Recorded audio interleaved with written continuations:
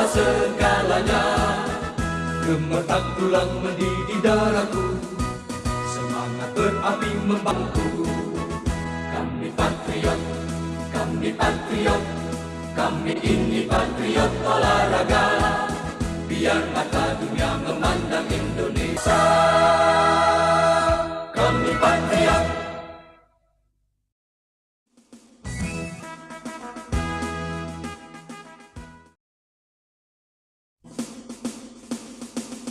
Berbakti untuk Indonesia.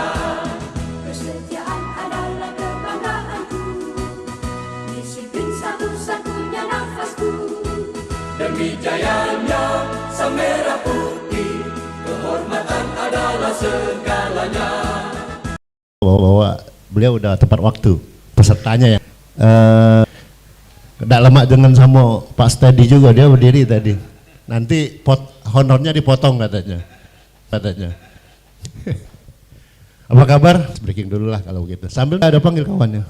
Kita ya. Cari pasangan dulu. Ya. Cari pasangan dulu berdua. Ya, yang cewek sama cewek boleh. Ya nggak apa-apa, Bu. Ibu ke situ dulu, Bu. Mbak, sama ini dulu. Oh ya, ini ada pasangan. Oke. Ya, untuk sementara sebelum ya, nggak apa-apa. Biar beliau pasangan.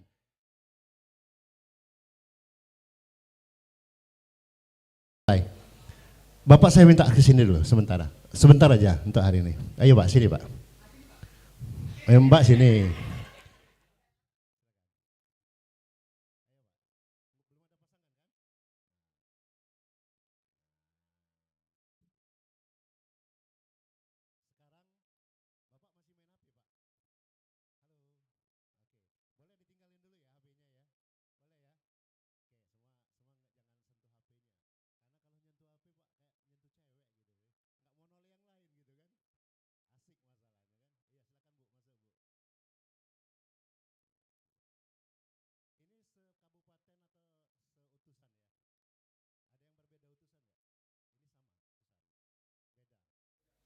Sendirian.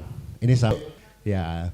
Kalau agak ganggu mejanya boleh agak dimaju sedikit. Nah, gitu. Biar agak bebas gerakan. Capek nggak, Pak? Capek nggak hari ini? Enggak. Capek nggak? Ngantuk. Ngantuk. Ada yang bilang ngantuk. Siapa yang ngantuk tadi? Bapak ini ya, ngantuk Pak ya? Dari Oki ya? Nggak ngantuk? Bohong. Kalau ngantuk kita hilangin ngantuk gitu loh. Oke. Nggak usah nyanyi. Mau nyanyi? Mau nyanyi? Ya baik, sekarang tim mengenal. Kita tes, tinggal di mana? Sekayu. Tahu alamat rumahnya? Alamatnya di mana? Kayu Ara. Dia punya istri? Banyak tahu detail tentang dia? Berarti Anda memang humas sejati. Ya. Kenapa? Karena memang dia mencari informasi yang lebih mendalam dengan orang terdekatnya. Nah, untuk itu kita nyoket dulu ya. Oke, sekarang usah lah. Sekarang ngadep ke kanan semua, ngadep ke sini, ke kanan. Ke kanan saya nih, tangan saya nih kanan. Ya, capek nggak? Anda pijitin temannya. Ayo, jangan menolak. Ayo, dipijitin dulu temannya. Senikmat mungkin. Yang di depan kalau dia ngomong, wah Pak, enggak terasa Pak, sampai dia terasa. Nah, ini yang cewek sama cewek. Nah, ya. Senikmat mungkin. Ayo. Kalau dia tidak mau ngurut, nanti kebalikan nggak usah diurut juga. Pelan-pelan aja, pelan-pelan. Pelan, jangan menyakiti. Nah, kalau yang cewek cowok nggak usah. Bahaya nanti viral nanti. Bahaya kita humas Koni nanti. Oke, udah ya? Sudah terasa enak? Oh, belum. Mau berapa jam? Udah, balik kiri gantian. Nah. Balik kiri gantian. Ayo. Iya, jangan. Ayo balas, minta balas. Oh iya. Kau udah ngurut dia tadi tuh. Oh. Ya udah, senikmat mungkin. Ya, sampai sedap gitu, sampai hilang pegelnya gitu ya. Nah, di sini dibutuhkan keikhlasan. Nah, ketahuan kalau mejanya tidak ikhlas, benar enggak? Iya, sakit, tidak lemak ya. Nah, sekarang balik lagi ke kanan, balik lagi ke kanan. Sekarang tepuk-tepuk, gini contohnya. Nah, yang nyaman, yang enak semuanya. Ya udah, terus sampai terasa yo ini banyak ngobrol udah sengaja dia ya. Nanti kalau dia tidak enak, balasnya tidak enak juga, gitu aja kuncinya. Nah, yo seenak mungkin sambil ke bawah juga. Heru keenakan itu panitia. Panitia ngambil kesempatan. Iya, udah cukup? Balik, kalau udah cukup balik gantian.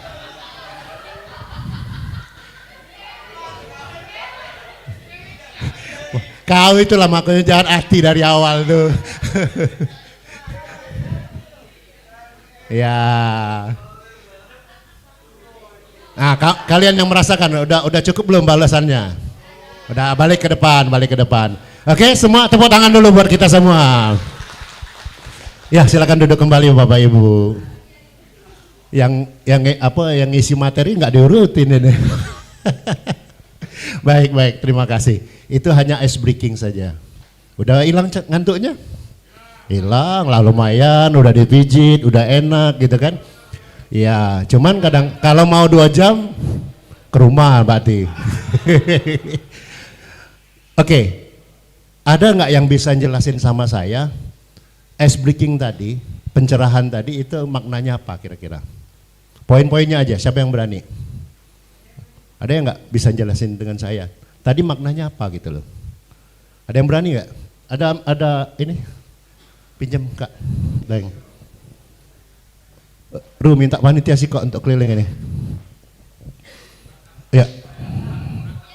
Oh ya sudah. Nah siapa yang mau jawab? Silakan ini. Ini Ibu. Nama saya Vera, saya dari KONI Sumsel. Oh KONI Sumsel, tuan rumah. Ya silakan Vera. Kalau yang kayak tadi biasanya itu untuk mencairkan suasana dan lebih mengakrabkan diri dengan teman terdekatnya. Mencairkan suasana, mengakrabkan diri. Yang lainnya ada gak? Apa lagi ya? Itu nanti ya. Biar nggak ngantuk kan? Oh biar nggak ngantuk, tiga poin tuh ya. Oke silakan dikasih kawannya. Ada yang mau jawab? Nah ini sebelahnya. Sebelahnya dulu. Siang. Namanya? Siang, nama saya Dewi Mayasari. Dewi. Kebenaran kita kakak adik. Ya kakak adik ya. Iya pantesan mirip ya. Iya. Ini adik, ini kakak. Ya. Kalau menurut saya itu yang barusan kita lakukan itu satu relaksasi. Kedua kerjasama. Oke.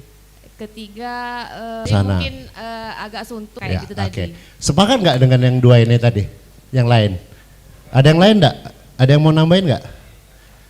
Duh, ini loh Bapak ini loh. Assalamualaikum warahmatullahi wabarakatuh. Saya dari KONI Kabupaten Lahat. Ya kebetulan kalau Sun tadi 2 bersaudara tadi, ya berarti itu benar.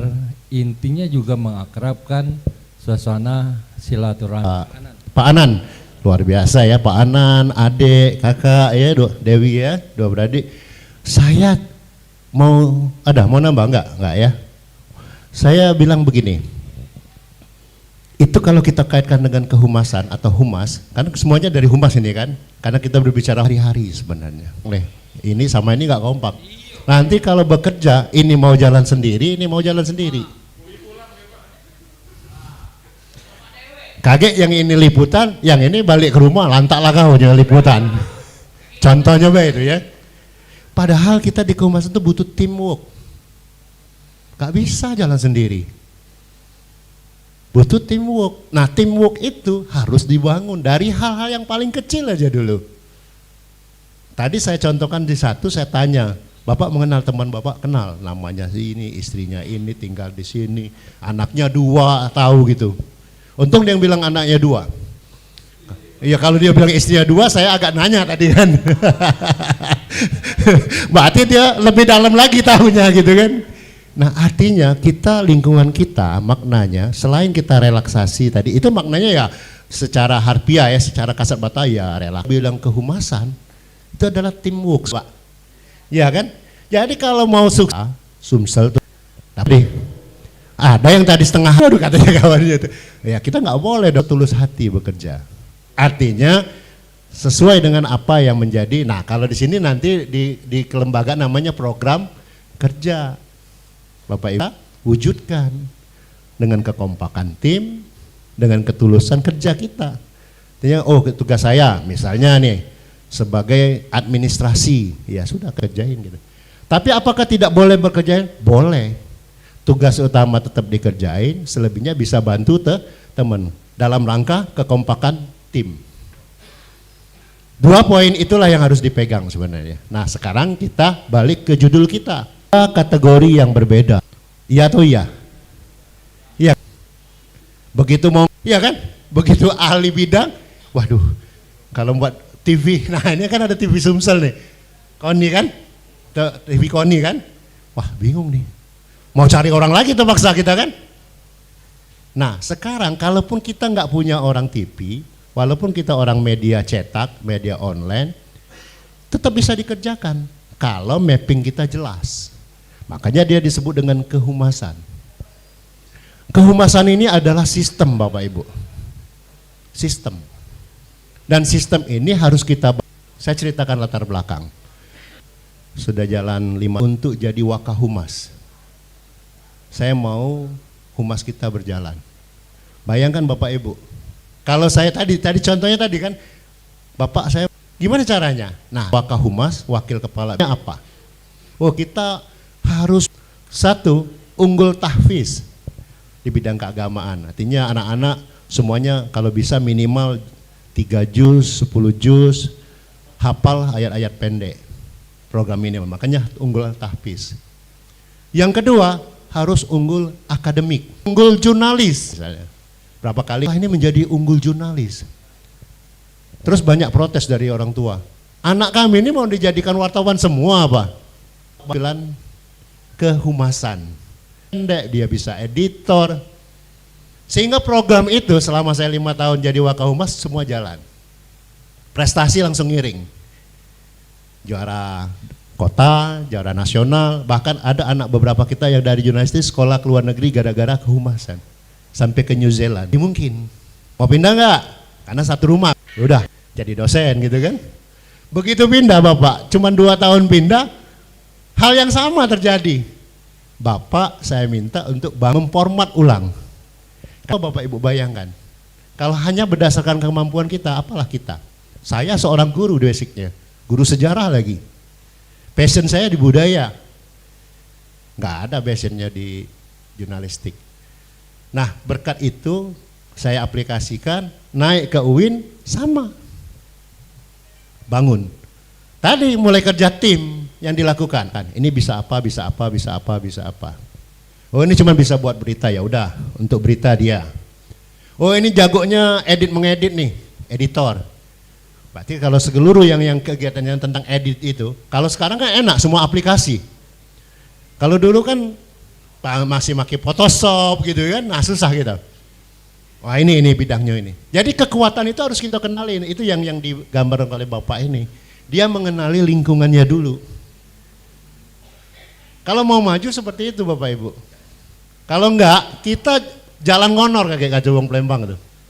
Iya, ngonyor bae. Enggak tahu kanan kiri, Kak. Nah itu loh. Nah, saya bangun itu Win. Perlahan. Alhamdulillah sekarang udah jalan. Yang TV, yang ini. Nah, akhirnya nanti dipecah. TV berdiri sendiri gitu kan. Protokol berdiri sendiri. Humas berdiri sendiri, baru bisa jalan. Nah kami berharap dengan pelatihan hari ini sebenarnya cuma rangsangan Bapak Ibu. Nanti Bapak Ibu yang dari kabupaten kota balik itu ngomong sama pimpinannya. Saya sadar betul karena saya dapat orang-orang yang memang ketika saya kerja orang-orang yang care gitu ya. Bapak Ibu harus ngomong untuk membangun ya. Nanti Mas Andi Koni nih, oh ya udahlah bidang kita bidang humas nih, dudukin aja wartawan 1, 2, ya udah selesai. Apa yang udah dikerjain nggak tahu gitu loh. nggak akan maju. Saya tidak menjelekkan profesi wartawannya, bukan itu, jangan salah kaprah. Wartawannya dia bisa menjadi top manager, lebih bagus. Artinya dia yang mengatur. Bapak bisa mengatur timnya. Tapi kalau nggak bisa, ada orang yang bisa mengatur, nggak apa-apa. Bapak kerjain aja tugas Bapak sebagai wartawan. Saya bagian pemberitaan deh, terus berita tiap hari berita gitu kan. Ya udah, selesai. Tapi di kehumasan itu kita butuh sistem. Kita butuh sistem. Nah, sistem ini harus dibangun. Terbayang nggak kalau bangun rumah apanya dulu? Pondasi. Ada nggak rumah langsung genteng? Nggak ada. Iya, malah sebelum pondasi kita ngumpulin duit dulu, ngumpulin bahan dulu ya, ya. Tapi yang saya maksud ketika membangun, apa yang dibangun duluan? Pondasi. Betul memang Bapak bilang, kita ngumpulin duit dulu Pak, nggak bisa. Oke. Berarti itu pra pembangunan, ya kan? Udah dicatat dulu nih, nyari tukang dulu malahan. Ya niat dulu malahan, kalau ini berawal dari niat dulu malah. Jadi nanti kalau udah duduk di humas, niatnya harus bagus dulu dong. Iya kan? Saya di humas nih, saya mau ngapain nih? Oh niatnya saya mau bangun kehumasan nih, humasannya Komuni Sumsel, humasannya Lahat misalnya kan, apa Prabu Muli, Pali, Oki gitu kan. Oh saya niatnya dulu, betul. Tapi setelah itu apa yang harus kita lakukan? Pondasi. Nah pondasinya ini harus dirancang. Mau bangun rumah yang tipe berapa? Ya kan? Mau bangun rumah yang bertingkat berapa? Terus kalau kita udah bangun, nyesel. Akibat kenapa? Karena nggak punya desain dari awal. Lihat rumah teman, kok bagusan rumah teman ya? Sama sekarang ini, kok humasnya di sana bagus ya? Kok tetangga sebelah Pemprov bagus? Dinas ini bagus, kok kita nggak bagus ya? Baik mengaca pada orang, tapi introspeksi diri juga harus jalan. Artinya, yang namanya pondasi itu penting. Setelah pulang ini, ayo bangun pondasinya. Duduk sama pimpinannya, Pak kita harus begini-begini. Nah tantangannya, aku ngomong baik nih tantangannya. Kalau ketemu pimpinan yang care, ketemu pimpinan yang peduli, lemah. Tinggal ngajukan baik dak. Pak kita buat ini, butuh ini Pak, SDM-nya ini, kita nambah pegawai sekian, enak. Ketemu yang tidak, butuh meyakinkan. Butuh meyakinkan pimpinan kita. Ah sudahlah, tidak perlulah itu. Nah, mana kita meyakinkan dia? Dengan trik-trik kita lah. Itu yang paling penting. Ya, jadi kita buka materi dulu. Loh, pengantarnya panjang nih ya. Oke, ayo deh. Slide dulu. Oke, next. Wah ini ganteng nih Pak Sutedi tadi. Humas. Tuh. Humas itu membangun citra positif. Membangun relasi dan komunikasi dengan publik. Siapa yang dimaksud publik Kak? Kita kalau kita diberitakan publik. Tuh, humas itu membangun citra positif. Kita ngomong soal wartawan deh sekarang, baik wartawan jurnalistik, medsos, TV misalnya. Memberitakan itu ada 3 kategori. Pertama, citra positif yang kita bangun, bener kan? Kita buat berita tuh, wah yang bagus-bagus tuh naik, bener nggak? Tapi begitu kita jadi wartawan di luar, nggak ada kaitannya dengan lembaga kita, itu bisa positif, bisa negatif. Beritanya bagus-bagus terus, karena nggak berani jelek-jelekin, bener nggak? Sekarang jadi humasnya Koni apa nih? Habis dia, karena di dalam posisinya. Tapi ketika dia jadi wartawan beneran di luar, nih gitu kan? Memang beda, benar kata Pak Sutedi di awal tadi kan. Ketika di dalam kita baru terasa gitu kan. Waduh, ada keterbatasan. Karena memang kita sistem. Karena tadi humas itu membangun citra positif. Ketika Anda semua jadi humas nih, tugas Anda itu tuh. Membangun citra positif. Poin yang kedua, Anda mencari relasi. Tadi saya bisa kenal KRU. Apa hubungan sekolah MAN 1 dengan TVRI? Berasal dengan KRU. Mohon maaf Kak Heru, ganti budgetnya Kak Heru. Ada makan minum be. Saudara Dindo aja kayak kami liput katanya. Cuman ejo ke be. Itu relasi, membangun relasi. Ya kadang-kadang mohon maaf tuh, rokok dari kantong kita, dari anggaran nggak ada. Kita kan saklek kalau di dinas, ya kan kalau cuman disediain makan minum snack udah itu aja. Kadang-kadang dari pribadi relasinya bagus dan komunikasinya bagus, insya Allah koni-koni se-Sumatera Selatan ini jempol semua. Itu yang harus Anda lakukan. Yang terakhir dengan publik. Jangan ke dalam be hubungan itu. Bagus di tim, bagus di kawan-kawan, bagus di pimpinan, ke publik juga bagus. Nah sekarang tugas-tugas kita ya sesuai dengan tugas kita nanti. Yang kedua tantangan. Ketika sudah masuk jadi humas, tantangan kita apa di era reformasi saat ini? Setelah keterbukaan, apalagi sekarang masuk era digital. Tantangan kita apa tuh? Apa baca? Transparansi, komunikasi cepat, kepercayaan publik. Membangun citra itu kan ingin supaya orang percaya dengan kita kan. Kalau ini mohon maaf kemarin sempat diterpa isu negatif kan di periode sebelumnya kan. Jujur aja kita bicara. Tapi bagaimana kita menutup citra itu? Tugasnya Koni yang sekarang.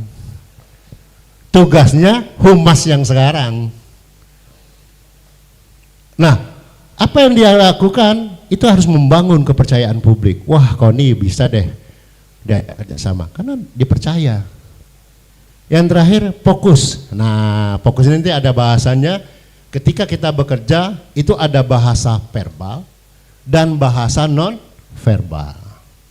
Benar kita harus bisa presentasi, kita saja. Artinya kepercayaan ke publik penting, relasi kita bangun dan kita punya jaringan. Aman dunia ini. Saya kalau di bidang humas, di bidang kehumasan aman bagi saya pribadi. Karena relasi saya dengan kawan jangan Kak Daeng. Itu penting. Ada budget jangan pula kita makan dewek Kak Daeng. Enjuk lah kawan kita sekali-sekali ya dah. Dapat nah nih Kak Heru ada 2 juta, pokok liputan 2 juta nih lah. Besok-besok Kak Heru cuma 500. Tapi kalau kita Oke, next. Lanjut. Kita ngomong verbal. Oke, sampai di sini nanya dulu lagi biar ada komunikatif. Ada yang mau nanya? Lanjut atau ice breaking? Lanjut dulu. Kalau ice breaking lagi ngurut lagi gitu. Lanjut. Yang terkait dengan verbal, artinya verbal itu apa? Kata-kata kan? Verbal itu kan kata kan? Koni bagi humas itu wajib ukurnya ada siaran pers. Tapi tidak ada setiap detik, setiap menit nak siaran pers. Diatur siaran persnya itu. Hal-hal yang memang urgent, penting, itu perlu siaran pers. Iya, penting. Pidato, ya disiapkan. Oh banyak tugas-tugas humas itu. Pimpinan kita mau pidato, kalau nggak ada staf ahli, baliknya ke humas. Jangan salah Bapak Ibu. Kalau kemudian wawancara, kemudian lain-lain sebagainya. Non verbal itu bagaimana kita berhubungan. Baiknya kita dengan orang. Kalau berteman dengan sengak, tahu tak orang Palembang ngomong sengak? Rai tak lemak itu dah. Itu sengak namanya. Ngomong dengan ini, terakhir kita sengak. Takut orang. Paham enggak maksudnya? Sangar. Iya. Tapi kalau kita ngomong dengan bagus, ya Pak, gimana Pak, apa kabarnya? Yuk Pak, salaman dulu Pak. Udah makan Pak? Ya Pak, apa yang bisa saya bantu? Tadi kata Pak Teddy dan juga tadi barusan Pak Sekjen, Pak Sekum, prima itu penting. Kita jangan lihat siapa lawan kita. Pokoknya tugas kita melayani kalau kita udah di humas itu. Nah dengan saya kalau mau santai saya duduk aja. Karena ini adalah padahal di pinggir lapangan. Pernah lihat nggak? Iya kalau duduk dipotong nggak? Gaji dia. Kenapa dia nggak mau duduk? Dia mau memberikan perasaan yang sama kepada saya pun capek berdiri. Jadi maksudnya itu nunjukkan, jadi kalau nanti di kehumasan, nah ini tim ya, kita ngomong soal tim tadi. Pimpinan juga jangan mau seenaknya sendiri. Kalau memang ada yang urgent yang tidak bisa dilakukan anak buah dan pimpinannya bisa, dia boleh turun tangan. Saya waktu di Humas, meskipun saya Wakahumas, wakil kepala Humas maupun di kepalanya kan pimpinan tuh, kan turun tangan. Kenapa? Karena non verbal itu juga penting. Intonasi ngomong, gaya berbicara ya kalau bahasa Indonesianya. Gerak kita, gerak tubuh, bagaimana kita melayani orang, bersikap terhadap orang, itu semua dinilai di kehumasan. Jeleknya di kita, jeleknya di lembaga, itu sulitnya. Rai sengak, sudahlah. Malas kalau ke humas itu. Rainya sengak gak lo? Rai sangar gak lo kalau baju bapak dari Oki nih? Rai merengut gak lo? Iya, bawaan buntu sepanjangan. Nah, ada buntu sepanjangan tuh susah ngapusnya. Iya. Jadi apa? Klaim nanti, jadi melekat di kita. Sudah. Ini kulitnya aja, nanti lebih dalamnya kita pelatihan. Ya kan? Mudah-mudahan kalau di Sumsel, Kak, bidang kakak ini buat pelatihan Kak. Untuk se-Sumsel. Kalau mereka, tempat boleh pindah-pindah Kak. Kalau tidak nyaman di sini, kemana? Ke Kayu Agung, ke Pali, sambil lihat candi ya Kak. Seneng nih budayawannya, ada candi di sana tuh. Ya masuk saya bisa ngasih humas, bisa ngasih budaya nanti. Pokoknya nanti kalau sana saya yang jadi guide-nya nanti. Kalau di candinya itu, iya aman lah pokoknya, free. Nah gitu kan. Ini pelayanan loh, layanan prima. Artinya untuk menjelaskan nggak ada guide saya bisa gitu loh. Dengan travel agent ya kan? Iya. Kalau nggak ada travel agentnya nanti saya hubungin. Kok komunitas kita semua kok. Pentingnya relasi loh. Saya di bidang budaya, saya bangun relasi itu. Hari ini butuh biro perjalanan, tinggal angkat telepon. Kak, ini ada orang 20 nih Kak. Budgetnya sekian. Bisa nggak diatur ke sini. Oh siap Kak. Berangkat. Iya kan? Kak, kita mau pelatihan jurnalistik nih diklat nih 3 hari. Pak Bupati, kami kalau di Sumsel mau pelatihan, Anda tuan rumah. Kira-kira apa yang dipacak bantu oleh Pak Bupati? Wah, nih tempat transportasi ini. Kecuali honor. Nah, sudah Pak Bupati, honor dari Koni Sumsel. Kan jalan tuh. Iya kan? Iya. Kemana? Mana ini? Aku mana? Aku Selatan, catet, kita ke Danau Ranau. Berarti ini sebenarnya request minta pelatihan berji yang seperti itu. Iya, 5 hari di sana pelatihan, 1 harinya habis di perjalanan, bolak-balik ya dak. 1 hari wisata, 3 hari yang maksimal cuman pelatihannya. Pas. Iya, jadi 5 hari minimal. Balik dari sana, Pak Sutedi ngeluarin sertifikat. Wih, keren kan? Ada nih temenmu tadi yang duduk sini. Akulah wartawan seniornya, tidak perlunya yang namanya sertifikat. Nah, mindset ini harus dibuang Pak. Dibuang. Saya agak kritik. Beguno sertifikat ini. Karena apa? Gaya kota tolak. Nanti dulu. Bapak ahli nggak? Ahli saya bilang. Saya TACP. Namanya aja sudah tim ahli cagar budaya. SP yang keluarin. Anda tidak layak dikatakan ahli. Terus sidang Pak, saya di bidang budaya, kasus bukan cinta sih, kasus siap saya bilang, saya saksi ahli. Apa buktinya Bapak ahli? Tuh, sertifikat tuh. Ini Indonesia sertifikat. Namanya BNSP. Nanti kalau 5 kesapasen, kalau ada 5 berangkat. Kalau enggak, digil. Makanya nanti karena yang bisa ada request mau dikoordinasi, dapat ilmu, jalan-jalannya atau wisata dapat juga. Mohon maaf kalau ada SPPD-nya dapat juga, honornya. Kita ngomong belak-belakan bae nih, iya kan? SPPD itu, sanan fiktif, ya. Kalau nian kita gunakan ngapa nak tak, ya kan? Ini foto-fotonya akulnya, sudah selesai. Kalau di situ tidak mendapatkan sertifikat, kita tidak wajib menunjukkan sertifikat, karena acaranya tidak mengeluarkan tentang ke Mubah, Sekayu, Paknya pimpinannya. Terus hasilnya apa? Nah, ketika ditantang itu omong lah, Pak kita harus bangun ini, bangun. Nah, makanya balik ini merancang lah apa yang nak disampaikan dengan pimpinan. Kita harus buat minimal apa? Hal yang kecil dulu. Pak kita rombak dulu total sistem kita. Mungkin sistem selama ini jalannya masing-masing. Oh Pak kita buat tim kerja dulu, boleh. Ke halaman berikutnya, baru 2 halaman tadi. Kita slide-nya ada 50 halaman. Aman. Ya. Iya. Di slide kami ini Kak Daeng ada 60 halaman. Iya. Keterampilan present. Kaki kamu tidak melok diklat lagi. Iya kalau 60 halaman. Apa nih? Kalau kita public speaking, kalau kita nak nampil ini, kita harus siap secara materi. Saya datang sini udah jam 10 tadi. Padahal ngasih materi jam 1. Menunjukkan bahwa saya ingin menunjukkan, saya sudah siap loh.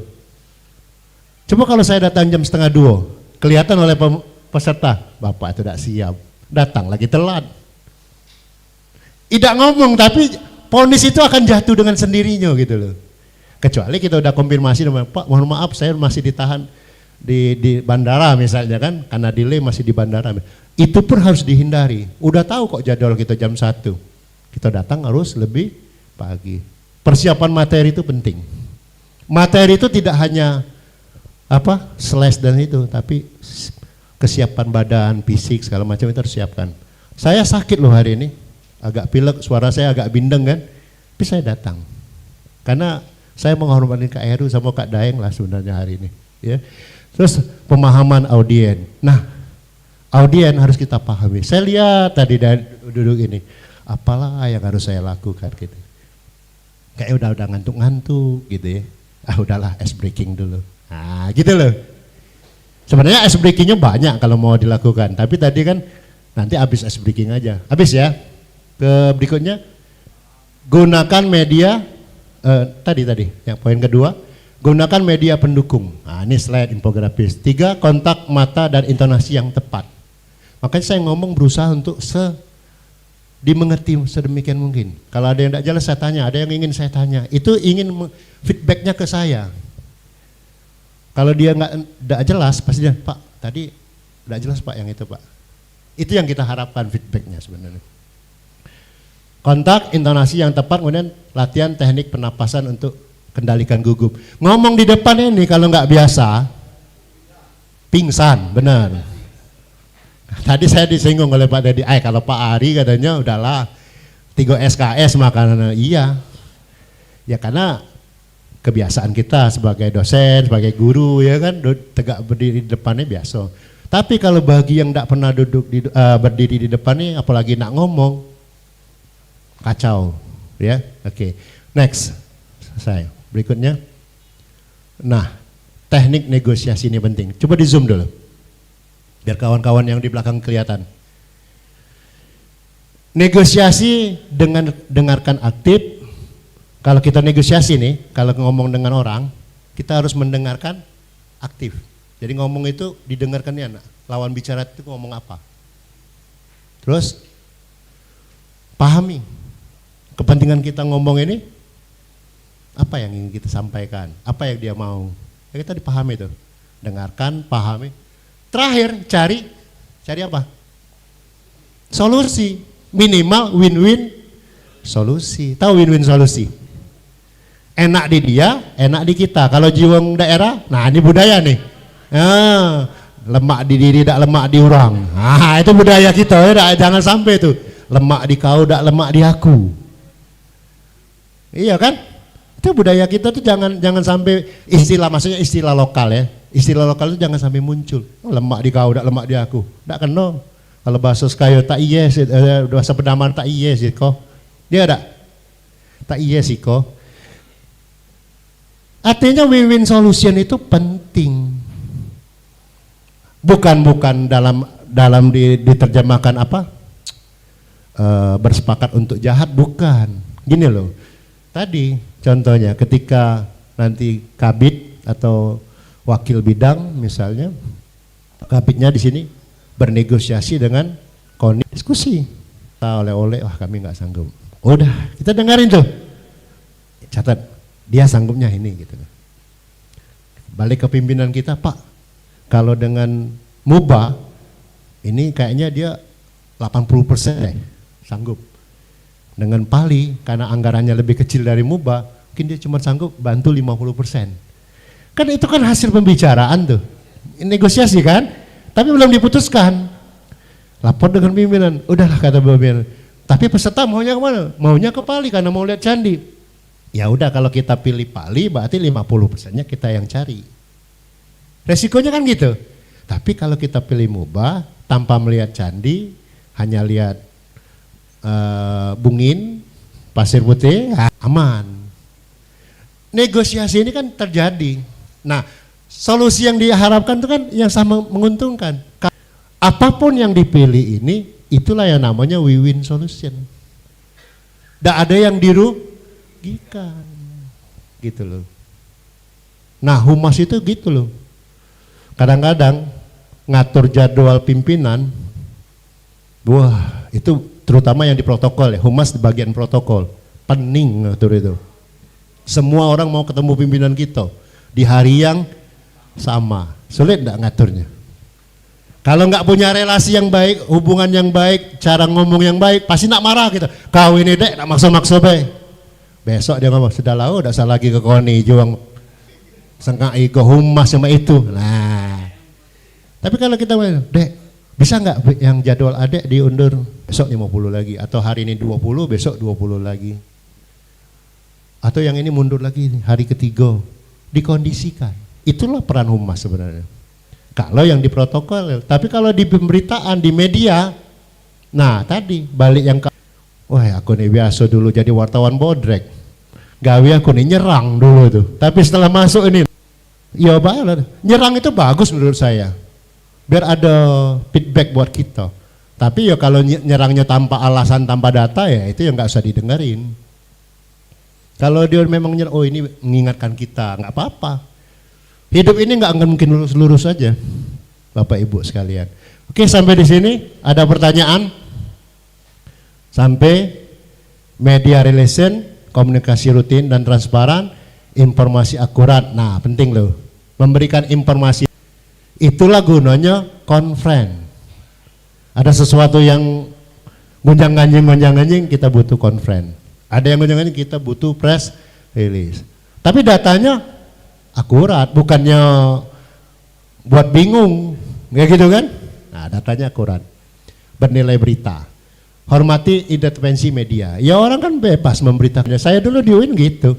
Begitu ada kasus dosen ini, saya bilang mungkin baru sebelah pihak informasi yang kamu dapat itu. Coba cek di pihak yang lain. Oh ternyata si korban nggak ngomong gitu. Ini kan cuma panas-panas sih, baik, sehingga beritanya viral gitu. Zaman sekarang ini musim viral. No justice, no viral. Nah, next, sediakan narasumber, oke. Nah, masih ada enggak? Halaman terakhir, 60, ya. Yang terakhir tadi apa? Penutupnya. Alhamdulillah. Negosiasi, media relasi itu intinya. Ada negosiasi dan ada media relation. Relasi. Kemudian humas itu teruslah berlatih, teruslah berevaluasi dan jaga reputasi organisasi. Itulah poinnya. Jadi jangan ada yang kawan tadi ngomong, tidak perlulah kak aku BRSP. Berarti dia tidak galak, mengupgrade dirinya. Ya, upgrade diri itu penting. Terus berarti jangan kita, oh ya aku nih kata Heru, TPRI lah 30 tahun, lah nunjuk itu tadi, nah aku lah dapat 30 tahun, ya Allah. Kita belum meskipun 30 tahun tetap berkarya, ya. Terus berlatih, terus evaluasi. Kita di KONI berarti kita jaga citra baik KONI, ya kan? Baik itu di Sumsel maupun di kabupaten kota. Ya aplaus dulu buat kalian semua. Balik dulu kita tanya jawab. Baik, luar biasa, kita tepuk tangan sekali lagi buat narasumber kita.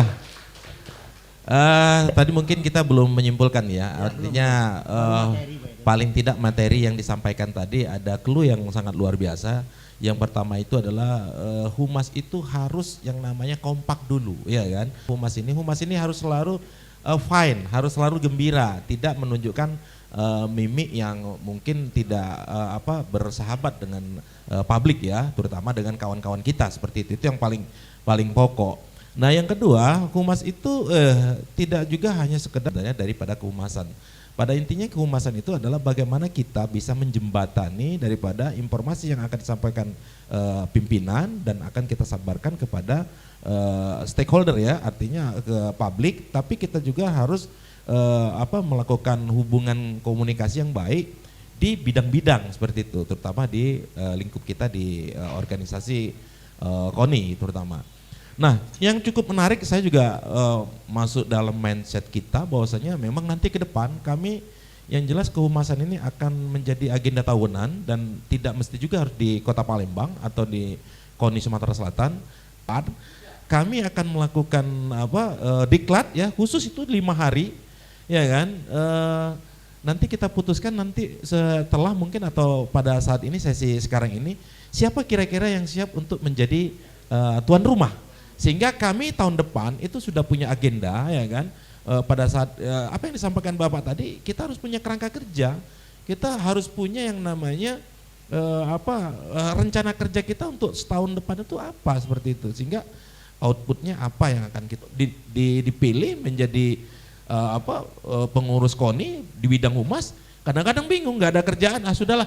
Terkadang padahal bingung juga kita, sekarang kan ada porpor Pak ya Pak ya.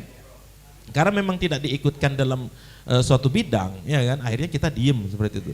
Untuk melakukan upaya semisal ada verifikasi, ya kan, ada verifikasi faktual. Nah kita yang harus mobile, tugas dan tanggung jawab kita itu adalah bagaimana meningkatkan citra kita, citra daripada organisasi humas kabupaten kota maupun provinsi Sumatera Selatan itu memang benar-benar bekerja seperti itu di publik, ya, terutama di masyarakat Sumatera Selatan seperti itu. Jadi apa yang disampaikan narasumber tadi sungguh luar biasa, artinya ke depan kami untuk diklat ini paling tidak ya itu tetap menjadi agenda tahunan, dan perlu Bapak Ibu sadari bahwasanya humas ini adalah profesi.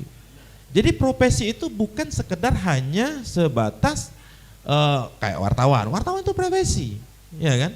Nah, ketika kita bicara profesi kayak Bapak Pak Kemas kan seorang budayawan, ada sertifikasinya.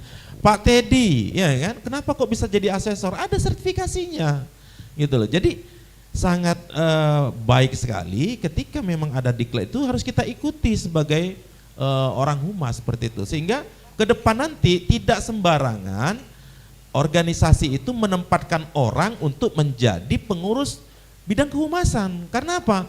Karena orang humas itu ya harus bersertifikasi, punya kemampuan, ya, ya itu tadi kemampuan itu harus diasah dalam pelatihan, kan seperti itu, ya.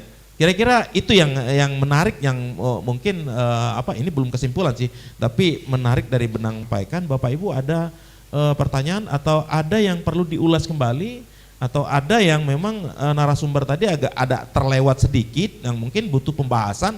Kami beri waktu season kedua ini untuk 2 penanya dulu. Nanti baru kita lanjutkan lagi. Silakan Pak. Tolong dikasih mikrofonnya. Nanti tolong kenalkan diri, posisi di mana. Kedua siapa lagi? Yang kedua? Ada ibu-ibu ya? Ibu-ibu yang sebelah sana yang mau beri dari ini. Ya itu yang mulai ke belakang mungkin bisa. Iya. Assalamualaikum warahmatullahi wabarakatuh. Waalaikumsalam warahmatullahi wabarakatuh. Bapak-bapak narasumber yang saya hormati, kami merasa puas sekali mendapatkan semacam ilmu yang dari Bapak-bapak sampaikan. Namun yang terakhir tadi kami cuma meminta kalau bisa, walaupun bagus apapun, kalau bisa di-share saja Pak. Baik, sudah kami terima. Mana nih? Dari Ogan Ilir ya, silakan. Dari Ogan Ilir, Kabupaten Ogan Ilir. Ogan Ilir Pak, ini tetangga saya Muarainim. Assalamualaikum warahmatullahi wabarakatuh. Warahmatullahi wabarakatuh. Nah masuk nah. Saya Heni dari utusan KONI Ogan Ilir Pak. Terima kasih atas kesempatannya. Kalau kehumasan ini memang makanan kami ya Pak ya. Ya rata-rata anggota Humas KONI itu biasanya kebanyakan dari media atau orang yang mengerti tentang media. Pada prinsipnya media itu sebenarnya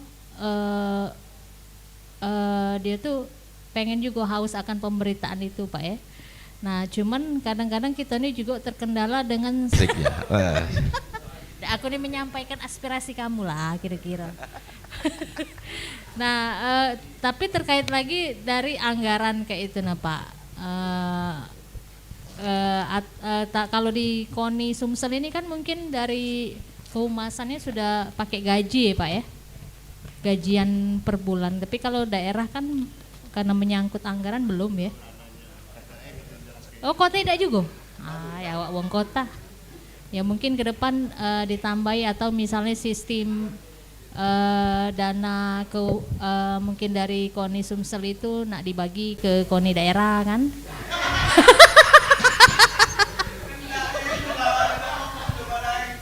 Jadi bukan cuma mengandalkan APBD dari kabupaten kota itu baik Pak. Ini kan masukan ke depan. Siapa tahu ya Pak ya. Benar tidak ada kendala Pak kalau media di era digital ini sebenarnya insya Allah makanan kami hari-hari. Apalagi Abang Kris sebelah saya Pak. Itu sangat menjiwai ke bidang ini ya kan. Mungkin Humas KONI selain ini bisa roadshow ke daerah-daerah Pak.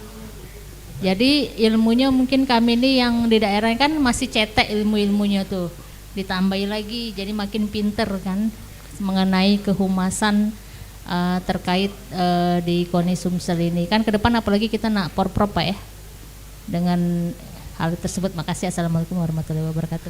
Waalaikumsalam warahmatullahi wabarakatuh. Kayaknya ini yang dua penanya ini langsung ke KONI Sumsel ya Pak ya, bukan ke narasumber, tapi nggak apa-apa. Yang pertama mungkin saya coba untuk menjawab daripada pertanyaan pertama dari Bapak tadi ya, dari Lahat ya Pak ya. Insya Allah Pak, nanti sebenarnya sudah kita share sih sebenarnya untuk materi sudah kita share agar untuk mengingatkan kembali apa yang sudah disampaikan oleh narasumber itu sudah kita sampaikan kan, bahkan ada beberapa narasi-narasi yang sudah kita sampaikan juga untuk menambah daripada pengetahuan. Ya, mungkin ada lagi Pak. Cuman itu saja, Pak Lahat, enggak lupa namanya. Baik ya, itu ya Pak ya. Nah yang kedua, itu dari OI. Sebenarnya begini, kalau kita bicara masalah anggaran, semua sama sebenarnya, cuman nasibnya saja yang berbeda, ya kan? Kalau Sumatera Selatan, itu paling tidak kita sudah punya chemistry dengan pemerintah provinsi. Memang kami tidak menutup mata dengan apa yang terjadi di kabupaten kota seperti itu. Kebanyakan, terutama Kota Palembang. Kota Palembang ini APBD-nya sebenarnya baik, tapi kita nggak tahu kenapa kok apakah pasukannya terlalu banyak, ya kan? Jadi ya bingung juga kita ya kan, karena begini. Organisasi olahraga KONI seperti ini bukan organisasi massa seperti itu, organisasi profesi. Tapi ya kita bicara masalah penduduk Sumatera Selatan. Jadi pengurus KONI ini paling tidak kalau di sini cuma 80. Artinya kan orang-orang yang memang benar-benar mumpuni, mau orang-orang yang terpilih ya kan di bidang organisasi keolahragaan seperti itu. Nah, artinya kita balik lagi dulu nih ke individu kita masing-masing. Kita ini masuk jadi ke pengurus KONI ini maunya apa seperti itu? Kita mau apa atau mau melakukan apa seperti itu? Itu dulu yang kita tanya. Anda mungkin Bapak Ibu sekalian mungkin perlu saya sampaikan juga, Pak Teddy ini pengurus KONI pusat sudah 3 tahun non budgeter, non daripada anggaran. Tapi kenapa beliau masih tetap tegak berdiri di sini? Karena ada rasa kepedulian, ada rasa cinta dengan olahraga. Tapi jangan salah, ada rezeki-rezeki yang bisa akan digait asalkan kita punya kompetensi, punya kualitas seperti itu. Dan itu yang bisa kita jual. Contoh kita nggak usah jauh-jauh.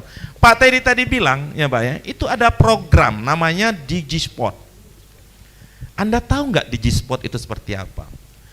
Di Indonesia baru tahun ini ada yang namanya Big Data olahraga. Anda bisa bayangkan, kalau kita bicara masalah data KONI, mungkinlah KONI kabupaten kota ya kan, begitu berganti pengurus, berganti juga nggak tahu lagi Data atlet itu berapa, ini berapa, nggak ada yang tahu. Betul nggak kira-kira? Nah, dengan semua informasi olahraga itu terkait informasi di Indonesia ini semuanya ada. Mulai dari atlet, pelatih, pengurus KONI kabupaten kota, pengurus KONI provinsi, ya kan? Semua ada di sana. Nah, ketika kanal ini sudah ada dan masyarakat melihat semua, ya kita program itu menjadi perhatian daripada masyarakat publik.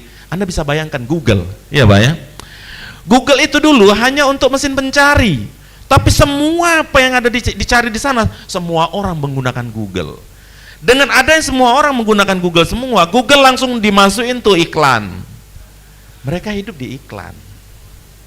Itu loh kenapa kok kami, ya mudah-mudahan Pak ya, kami nanti di Rakernas itu menjadi narasumber untuk bagaimana menjadi KONI mandiri. Kita tahu, tapi kami juga untuk ke depan juga tidak menutup kemungkinan akan melakukan judicial review terhadap undang-undang sistem keluarga nasional. Anda boleh bayangkan sekarang ini yang cuma 2 program pemerintah yang sudah di undang-undangkan. Para APBN, sepakat nggak? Betul lah kira-kira. Kita bicara masalah perjuangan. Perjuangan butuh pengorbanan.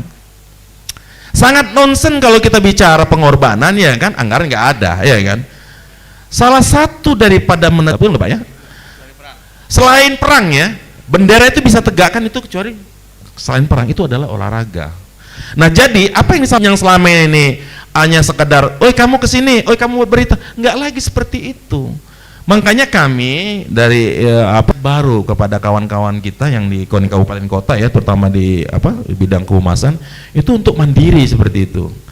Mandiri dalam arti kata kita ini saja, fungsi kita tuh sebagai apa seperti itu. Ketika kita tahu fungsi kita sebagai apa, maka kita akan cinta dengan apa yang akan kita kerjakan seperti itu. Nah, setelah kita cinta pasti ya kan akan sayang. Kalau Bapak Ibu sekalian, apa yang disampaikan Pak Teddy tadi dijalankan, ya Pak ya. Bukan tidak mungkin perusahaan-perusahaan yang ada di Bapak itu akan masuk menjadi iklan di sana. Anda bisa bayangkan kalau iklan sponsor itu, kita nggak minta iklan yang namanya CSR Pak ya, karena CSR itu jangan salah persepsi. CSR itu mengembalikan ekosistem sebenarnya, tidak ya. Jadi ini adalah peluang bagi kita, peluang bagi Bapak Ibu sekalian di kabupaten kota untuk mengembangkan daripada Digispot tadi seperti itu. Jadi tetap berkolaborasi, tetap mencari. Memang bukan tugas kita untuk mengumpulkan data, akan kepada yang lain. Itu perlu dicatat. Dana hibah itu tidak bisa dihibahkan lagi, itu yang kena. Harus digunakan dengan cara apa? Ini kegiatan seperti ini. Ada program kita yang namanya Sriwijaya Gold. Itu yang dibayar oleh negara. Yang selama ini terjadi yang kena KONI kabupaten dan provinsi yang lain itu dana hibah dihibahkan kembali, itu yang tidak boleh. Nah, kalau kami ini tidak ada gaji di sini, tapi kami ada yang namanya kalau kami di sini bilang namanya ada tukin menurut BPK dan pengganti uang transport sah. Bukan gaji, beda kalau gaji. Kalau gaji itu sudah ditetapkan, kamu gaji UMR ya. Kalau di bawah UMR bisa kena 2 tahun penjara. Itu gaji. Tapi kalau tukin, tuhnya kita bagaimana, ya kan? Mengembangkan daripada kegiatan olahraga ini yang sudah diberikan anggaran itu oleh pemerintah daerah seperti itu. Nah, inilah yang akan kami tularkan ke KONI kabupaten kota yang lain seperti itu. Nah, contoh sedikit Pak narasumber ya. Kami sudah tampilkan ini ada TV KONI Sumsel TV. KONI Sumsel TV ini TV digital, Pak. Satu-satunya di Indonesia, ini Pak Teddy ada nih KONI Pusat. Satu-satunya di Indonesia yang sudah launching daripada TV digital ini. Nah, bagaimana kita bisa mencari duit dari sini? Anda bisa bayangkan, seorang Dedi, gubernur DKI, gubernur Jabar, Anda tahu nggak penghasilan dari YouTuber? Hampir 2 miliar lebih, kadang hampir 4 miliar dia satu anak. Akhirnya dia kembalikan lagi. Nah, kalau kita bareng-bareng se-Indonesia nonton YouTube ini, men-share ya kan, melakukan subscribe ya kan, terus ada berapa juta coba orang-orang yang berkecimpung di dunia olahraga. Kenapa kok kita tidak bersatu seperti itu? Betul ya Pak Teddy ya? Kenapa kok lagi, saring ini lagi? Artinya dana KONI ini itu berasal dari dan juga sumbang yang tidak mengikat. Artinya bisa seperti itu. Nah, ini harus dikerjakan dengan cara profesional. Bagaimana tampilannya bisa bagus, bagaimana tayangannya bisa bagus, sehingga orang bisa melihat, oh, saya kalau mau lihat olahraga ilegal adalah di KONI. Kayaknya semua ada di sana. Itu yang kita harapkan seperti itu. Jangan ada siaran bola, ya kan? Kalau bisa nonton dong KONI TV, ya kan? Orang nggak mau cari lagi, mau nonton bola voli, mau nonton bola basket, mau nonton bowling, mau nonton anggar, itu ada di channel kita di KONI TV. Nah itu Pak yang akan kami bangun, ya kan? Yang akan kita samakan persepsi dan mindset kita untuk ke depan. Saya rasa seperti itu ya Pak ya. Oke, bisa dilanjutkan lagi untuk narasumber. Jadi saya narasumber jadi. Saya bantu jawab Pak. Siap, teman-teman Pak. Jadi Ibu yang dari OI, jadi kita kembali ke materi saya tadi, artinya kita harus membangun relasi. Dikaitkan dengan Pak Daeng tadi, Kanda Daeng tadi, bahwa relasi itu penting. Jadi anggaran, kalau kita ingin dapat insentif tambahan, ya kita harus bangun relasi. Nah kalau kita berbicara tentang YouTube, kita harus membangun konten yang memang benar-benar mau ditonton orang. Jadi kalau kita nanti buat TV, ini sudah di launching di Sumsel, artinya kabupaten kota itu sudah harus mempersiapkan juga TV kabupaten kota yang semuanya akan terjaringkan sini. Kita berbicara sama kayak TVRI deh misalnya. TVRI itu kan ada TVRI pusat, ada TVRI daerah. Siaran TVRI pusat itu bisa masuk ke TV daerah, terus siaran dari TV daerah itu bisa dimasukkan, dikonektingkan ke TVRI pusat, dan masing-masing punya program sendiri-sendiri sebenarnya. Daerah punya siaran sendiri, berita sendiri, program sendiri, pusat juga punya sendiri. Tapi ada satu waktu yang memang terconnecting. Misalnya ketika kita ada event Porprov yang sifatnya memang pekan olahraga provinsi, artinya kan harus bisa ditonton semua masyarakat Sumsel kabupaten. Artinya semuanya connecting Kak Heru. Sini menyiarkan, daerah menyiarkan, gitu loh. Jadi kita berpikirnya tanya jawab itu sebenarnya. Jadi era digital itu seperti itu, karena yang namanya digital itu tidak lagi nontonnya manual istilah kalau dan seterusnya. Jadi Ibu saya sarankan untuk setelah pulang ini buatlah program-program yang bisa untuk menambah income sah itu, tapi dengan cara yang benar. Artinya kita bisa mendapatkan bantuan kerjasama dengan pihak ketiga, membuat acara apa, membuat konten apa misalnya. Jadi TV-TV kita nanti menayangkan Sumsel, TV KONI Sumsel. Orang mengenal. Jadi ini harus di branding bahwa KONI sudah punya TV. Nah itu tugasnya Kak Heru, nanti semua orang udah tahu. Terus untuk talis TV, gitu. Nah siapa yang buat itu? Ya masing-masing KONI daerah. Mubah, kami mau buat pelatihan jurnalis TV Mubah misalnya. Cari orangnya, cari anak-anaknya, cari alumni yang memang dari undang dari TV-TV swasta atau TV pemerintah misal. Silakan. Nah itu dananya dari mana? Pihak ketiga. Kalau memang tidak ada APBD. Ajak, misalnya di Mubah banyak perusahaan yang besar-besar. Gaet, Pak kami butuh ini. Dari relasi yang saya bilang dari awal. Supaya dapat relasi, ya bagus-bagus. Bagaimana cara kita menarik orang gitu loh. Nah ini yang berat harus kita lakukan. Tapi jangan teori misalnya berat, tidak jalan kita. Coba. Guru yang paling baik itu adalah mencoba. Gagal, oh saya gagalnya di sini. Tahun depan diajukan atau minggu depan, bulan depan kayak lagu juga nih ya. Hari ini, minggu depan, bulan depan, tahun depan dicoba terus. Gitu loh. Nah jadi selamat untuk KONI Sumsel sudah launching TV ya. Kita kasih aplaus dulu lah. Nah, ini selamat juga untuk Pak Sutedi sudah Digisportnya Digisport ya. Digisportnya juga sudah launching, dan ini katanya tadi bisik-bisik semua bisa universal, bisa menikmati, dan ini menjadi data kita sama-sama, big data ini sebenarnya. Nah, artinya nanti dari pihak KONI Sumsel dan KONI daerah harus mengisi itu supaya datanya apa ya, jejak update dan ada jejak digitalnya. Jejak digital itu penting. Kenapa sekian puluh tahun kita mencari, oh saya mau lihat nih atlet tahun ini siapa sih sebenarnya? Ada dia. Oh yang juara Porprov tahun 2019 siapa sih? Kalau kita nggak punya big data kan sulit. Nah, jadi dicari, oh ini tahun ini juaranya ini, pesertanya sekian, ini ada, dapat kita. Nah, jadi ini sudah berbicara era digital ya saat ini. Artinya ketika kita berbicara era digital, maka mau tidak mau kita harus digitalisasi. Kami aja di perguruan tinggi juga sudah mulai digital, nilai digital, enggak lagi absen digital sudah. Jadi mahasiswa itu kadang-kadang dari dusun Pak, ngecek habis ujian dia balik ke dusun. Karena dia dalam pikiran nanti ngecek nilainya bisa dari dusun. Nggak harus dia nunggu, kalau zaman kami kuliah dulu, nunggu nilai kau kuliah nih semester ini, SKS-nya, IP-nya dapat berapa, IPK-nya berapa, tahun depan SKS-nya berapa, kan enggak, kalau udah ada hasil enggak tahu tuh. Nunggu dulu, udah dapat baru balikin apa, ini hasil SKS-nya di print kan. Kalau sekarang enggak, dari rumah cecek buka simak masuk, ketik NIM, wah mata kuliah A dapatnya A, mata kuliah B dapatnya B, mata kuliah C dapatnya C, kok ngikut ya, gitu kan. Jadi gitu loh, jadi tahu gitu. Ya itu saja untuk bantuan 2 pertanyaan. Silakan kalau masih ada. Masih ada. Tapi sebelum itu kita sedikit, ini ada tambahan karena tadi ngomongkan Digi, mungkin Pak Teddy mau nambahin sedikit saja ya Pak ya. Narasumber dalam sesinya saya agak nyempil, tapi karena ditarik-tarik oleh moderator ini terkait dengan Digisport ya. Jadi Digisport ini lahir juga dengan banyak visi misi sebetulnya. Apa yang disampaikan oleh tadi ada Pak Lahat, sekarang Bu OI ya tadi ya, Bu OI. Itu kayaknya urusan perut tuh bukan urusan di OI aja, tapi urusan nasional tuh.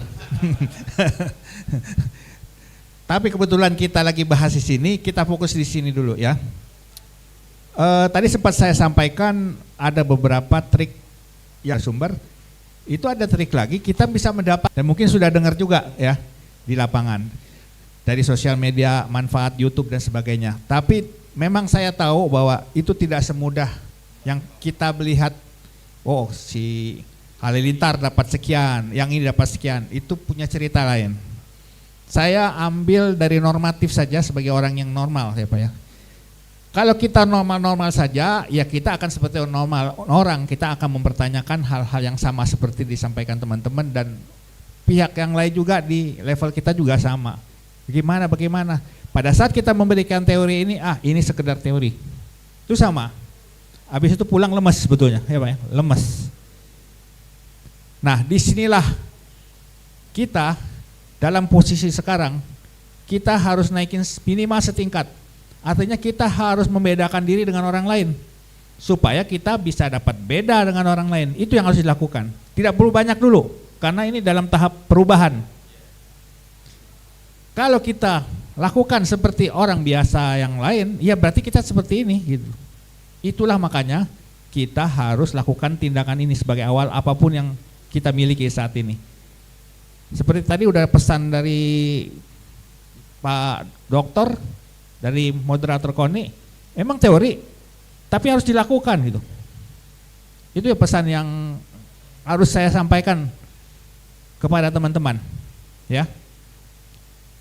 Kota Palembang atau Sumsel ini termasuk provinsi yang lebih baik dan melempem bahasa orang sana. Bagaimana bayangkan dengan provinsi yang lain gitu. Gitu loh. Ya. Itu satu. Oke, memang enggak gampang seperti yang disampaikan tadi. Oleh sebab itu munculnya Digisport itu sebetulnya sebagai trigger kenapa muncul Digisport itu. Salah satunya untuk solusi yang ditanyai Bu Oi tadi. Kita dari pusat memikirkan jauh lebih itu. Bagaimana apa yang terjadi di pusat, apa yang terjadi di daerah sebetulnya sama. Nah, solusinya itu yang kita akan lakukan. Walaupun secara spesifik saya belum sampaikan di sini, itu bagian dari diskusi kita di pusat setelah ini launching. Rencana kita, namanya kegiatan di Digisport ini, sampaikan moderator, kita sudah punya data view ini, punya data statistik, itu pihak pemerintah bicara keraguan. Saya kebetulan juga aktif di Kemenpora. Kemenpora juga manusia loh Pak, tahu kita kondisinya, atau disorder di sini manusia. Cuma dia kan ragu nih, ini betul nggak nih gitu loh. Dan itu terjadi pada pendahulu kita gitu loh. Itu pokoknya. Satu. Nah, di lain sisi kita harapan di sana. Bahasa kita itu berusaha tetap semi otonom namanya. menuju mandiri cita-cita. Tapi ya apa dikata, kita semi otonom, hibrid lah. Bukan mandiri sih sebetulnya secara penuh, walaupun retorikanya seperti itu Pak. Kita cari jalan seseran. Win solution.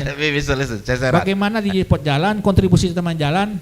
Jadi kita kayak YouTuber ataupun versi Google. Kontribusi sampai di situ kita memikirkannya. Ya, saya sampaikan gitu loh. Terus bahas dan kita coba implementasi.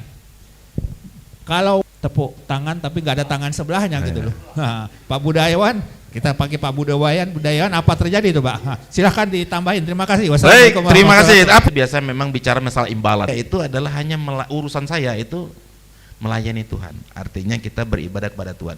Urusan Tuhan ngurusin saya. Nah ini luar biasa afirmasinya. Nah silakan, mungkin Pak kita mau ini lagi, ada satu lagi di situ. Silakan. Silakan. Masih ada waktu. Masih ada waktu. Bismillahirrahmanirrahim. Ya. Ya terima kasih moderator dan narasumber yang hebat-hebat di depan ini. Dari tadi sebenarnya banyak yang ingin ditanyakan, cuma sudah dijawab semua. Cuma ada satu yang menarik perhatian bagi kami, ini masalah big data. Big data ini saya lihat dari tadi belum dibahas masalah peralatan yang telah dibantu oleh KONI saat ini dan sarana prasarana lainnya. Ini kan bisa kita masukkan juga dalam big data yang prioritas. Karena setiap tahun permohonannya pasti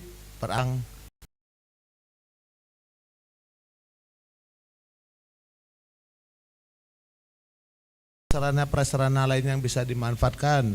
Ini bisa untuk bahan modal untuk cabur-cabur agar menjadi cabur yang mandiri.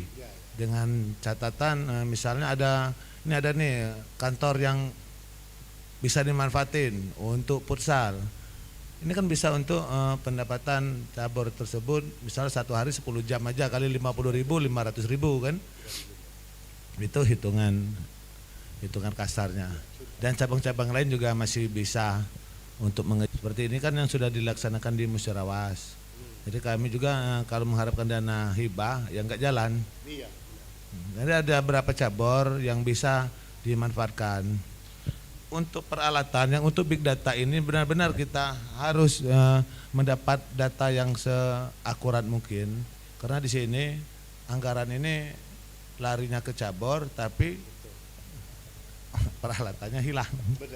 Mungkin ini nanti kita dapat masukan dari Kabid Humas Provinsi. Saya mohon itu petunjuknya. Terima kasih. Sebelum dijawab oleh Kabid Humas, Pak Daeng, saya bilang begini aja supaya buat masukan.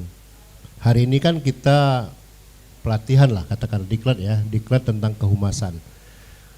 Saya berharap dan mungkin juga Pak Teddy juga sama, mungkin ya, saya nggak tahu. Setelah pulang ini kita punya program gitu loh. Nah itu yang pertama. Ini ngomong di bidang kehumasan.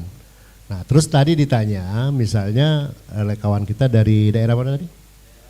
Oh, ini. Musirawas kan sudah memberikan contoh, mereka sebenarnya ada sih bantuan dari pemerintah. Nah tapi itu kan belum maksimal. Ya kita begini, yang ingin kita lakukan adalah ke depan perlahan-lahan bahwa ketergantungan dengan dana pemerintah ini jangan menjadikan hambatan gitu loh. Seperti kata Pak Teddy tadi, kita sudah mulai hybrid atau sudah mulai bercampur, sudah mengembangkan usaha-usaha yang lain. Bagaimana caranya TV Umas nih di sesi olahraga dia bisa siaran untuk para atlet dan pokoknya yang terkait dengan keolahragaan. Mungkin berita-berita lokal, nah ini ngomong budaya, berita budaya lokal itu bisa muncul di konten itu. Tentang kalau di Muba misalnya ada senjang misalnya kan, kalau misalnya di daerah itu misalnya ada adat istiadat yang bisa diangkat, yang memang ada channelnya khusus misalnya budaya misalnya. Jadi dia olahraga budaya. Nah penuh TV berita olahraga, tentu yang nontonnya orang olahraga, yang senang dengan olahraga, yang tidak senang dengan olahraga tidak akan nonton. Tapi ketika tes itu boleh, ya bukan dulu. Kalau dulu kan didominasi oleh TV pemerintah, tidak boleh ada TV lain. Kalau sekarang boleh, tinggal perizinannya. Nah yang dibantu itu oleh pemerintah maupun dari KONI mengusahakan ataupun pemerintah daerah perizinannya, peralatannya, sama tadi permintaan tadi, peralatan. Nah, peralatan ini betul, saya sepakat Pak, harus didata. Kalau tahun kemarin dia sudah dibantu bola nih kalau kita ngomong sepak bola atau bola voli misalnya, ya tahun depan jangan bola lagi gitu loh. Makanya kita perlu turut sama misalnya. Ubah apa kalau dalam hal KONI, kami hanya setelah pulang ini ada pembicaraan dengan pimpinan. Bagaimana daerah membangun TV KONI daerah. Kalau di sini ada TV KONI Sumsel, daerah harus ada TV KONI Muba, TV KONI OI, TV KONI Pali dan seterusnya. Nah yang ini akan yang menghasilkan uang tadi. Nah itu yang harus nggak akan dapat. Income tuh nggak akan datang kalau kita nggak cari gitu Pak, Bu. Ya. Mohon maaf ini mungkin teori kan atau silakan urusan KONI, nah kami serahkan dengan yang punyanya. Lanjut. Baik Pak, yang dari bimbingan bidang prestasi Pak. Tapi nggak apa-apa lah, sedikit saya kasih gambaran saja ya Pak ya. Tapi karena humas ini kan harusnya corong ya Pak ya, corong daripada organisasi sebenarnya. Tidak bisa lepas dari apa informasi apapun itu harus disampaikan. Kalau kita bicara masalah apa yang Bapak sampaikan tadi Pak, sebenarnya KONI ini Pak, ini hanya membina Pak sifatnya, bukan dalam arti kata memenuhi kebutuhan seperti itu. Karena perlu diingat, olahraga ini kan KONI ini adalah induk organisasi cabur Pak. Ketika orang bicara cabur, ada bicara induk organisasi, ada bicara pengprov, ada bicara cabang olahraga. Nah ketika kita bicara masalah peralatan, sebenarnya tidak bisa juga disalahkan KONI-nya. Artinya coba komunikasikan dulu dengan cabornya, ya kan? Kalau orang sudah bisa mampu untuk memegang cabur, dia harus bisa juga dong untuk menciptakan daripada bagaimana sarana prasarananya, bagaimana pertandingannya. Sebenarnya KONI ini Pak adalah bagian daripada untuk menyelaraskan atlet yang sudah diciptakan oleh cabur Pak, bukan menciptakan atlet itu KONI-nya, bukan. KONI Sumatera Selatan itu tidak memiliki atlet Pak, yang ada KONI, yang ada itu adalah cabornya, seperti itu loh Pak.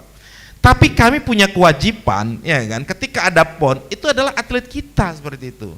Nah makanya ada Sriwijaya Gold tadi Pak. Nah Sriwijaya masalah peralatan atau segala macam, ya seharusnya KONI kabupaten kota kan sudah punya RKA, ya kan Pak ya, itu sudah punya RKA sendiri Pak. Kalau dulu mungkin iya Pak, tahun dulu Pak zamannya Pak Hendri itu ada untuk KONI kabupaten kota 75 juta. Tapi kita nggak tahu ya kan, 75 juta itu apa mau ditaruhkan lagi ke cabur atau dimanfaatkan di sekretariat KONI. Nah sekarang ini sudah berbeda. Kalaupun membantu KONI kabupaten kota itu dalam bentuk program, contoh nih, KONI Sumatera Selatan akan melakukan diklat kehumasan di kabupaten. Itulah yang bisa kami bantu seperti itu. Mari kita ubah mindset itu tadi. Nah berbeda kalau kita bicara masalah masukan di luar daripada anggaran budget dana hibah, beda lagi sifatnya. Contoh nih, kalau memang ada kanal YouTube-nya TV Muara Enim, TV Muara Budaya, kami tidak ikut campur Pak atas apa yang sudah diterima oleh KONI kabupaten kota. Silakan Anda untuk memberikan dari kelola lah, ya kan? Subscriber sampai ratusan juta itu susah.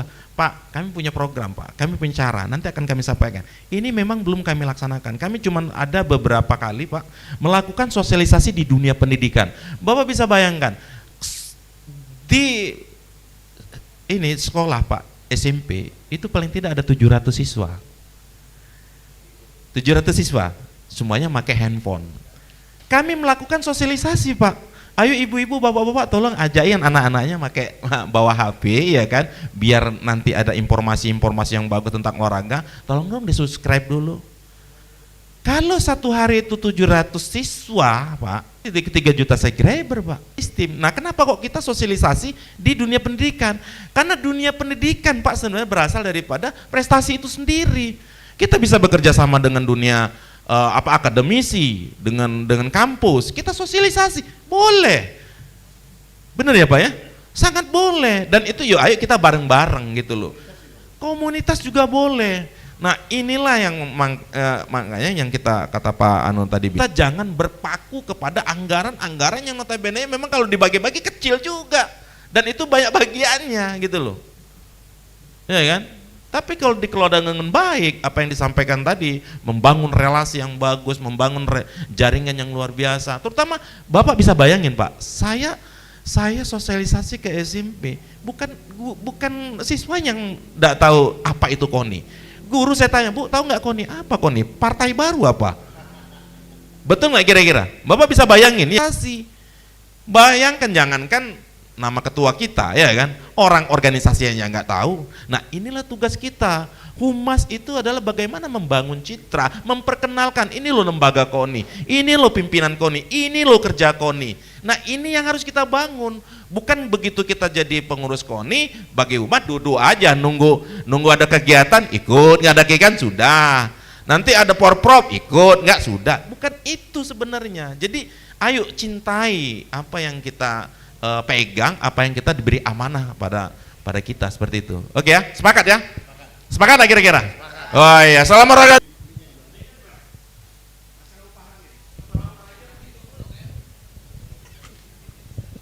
Baik, bismillahirrahmanirrahim. Assalamualaikum warahmatullahi wabarakatuh.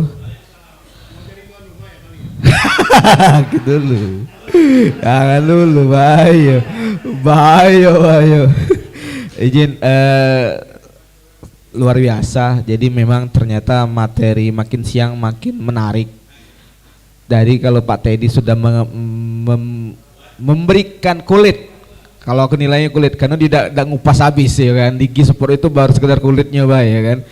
Dan ternyata siang ini ada budayawan yang ternyata pakarnya humas juga ternyata, luar biasa ini.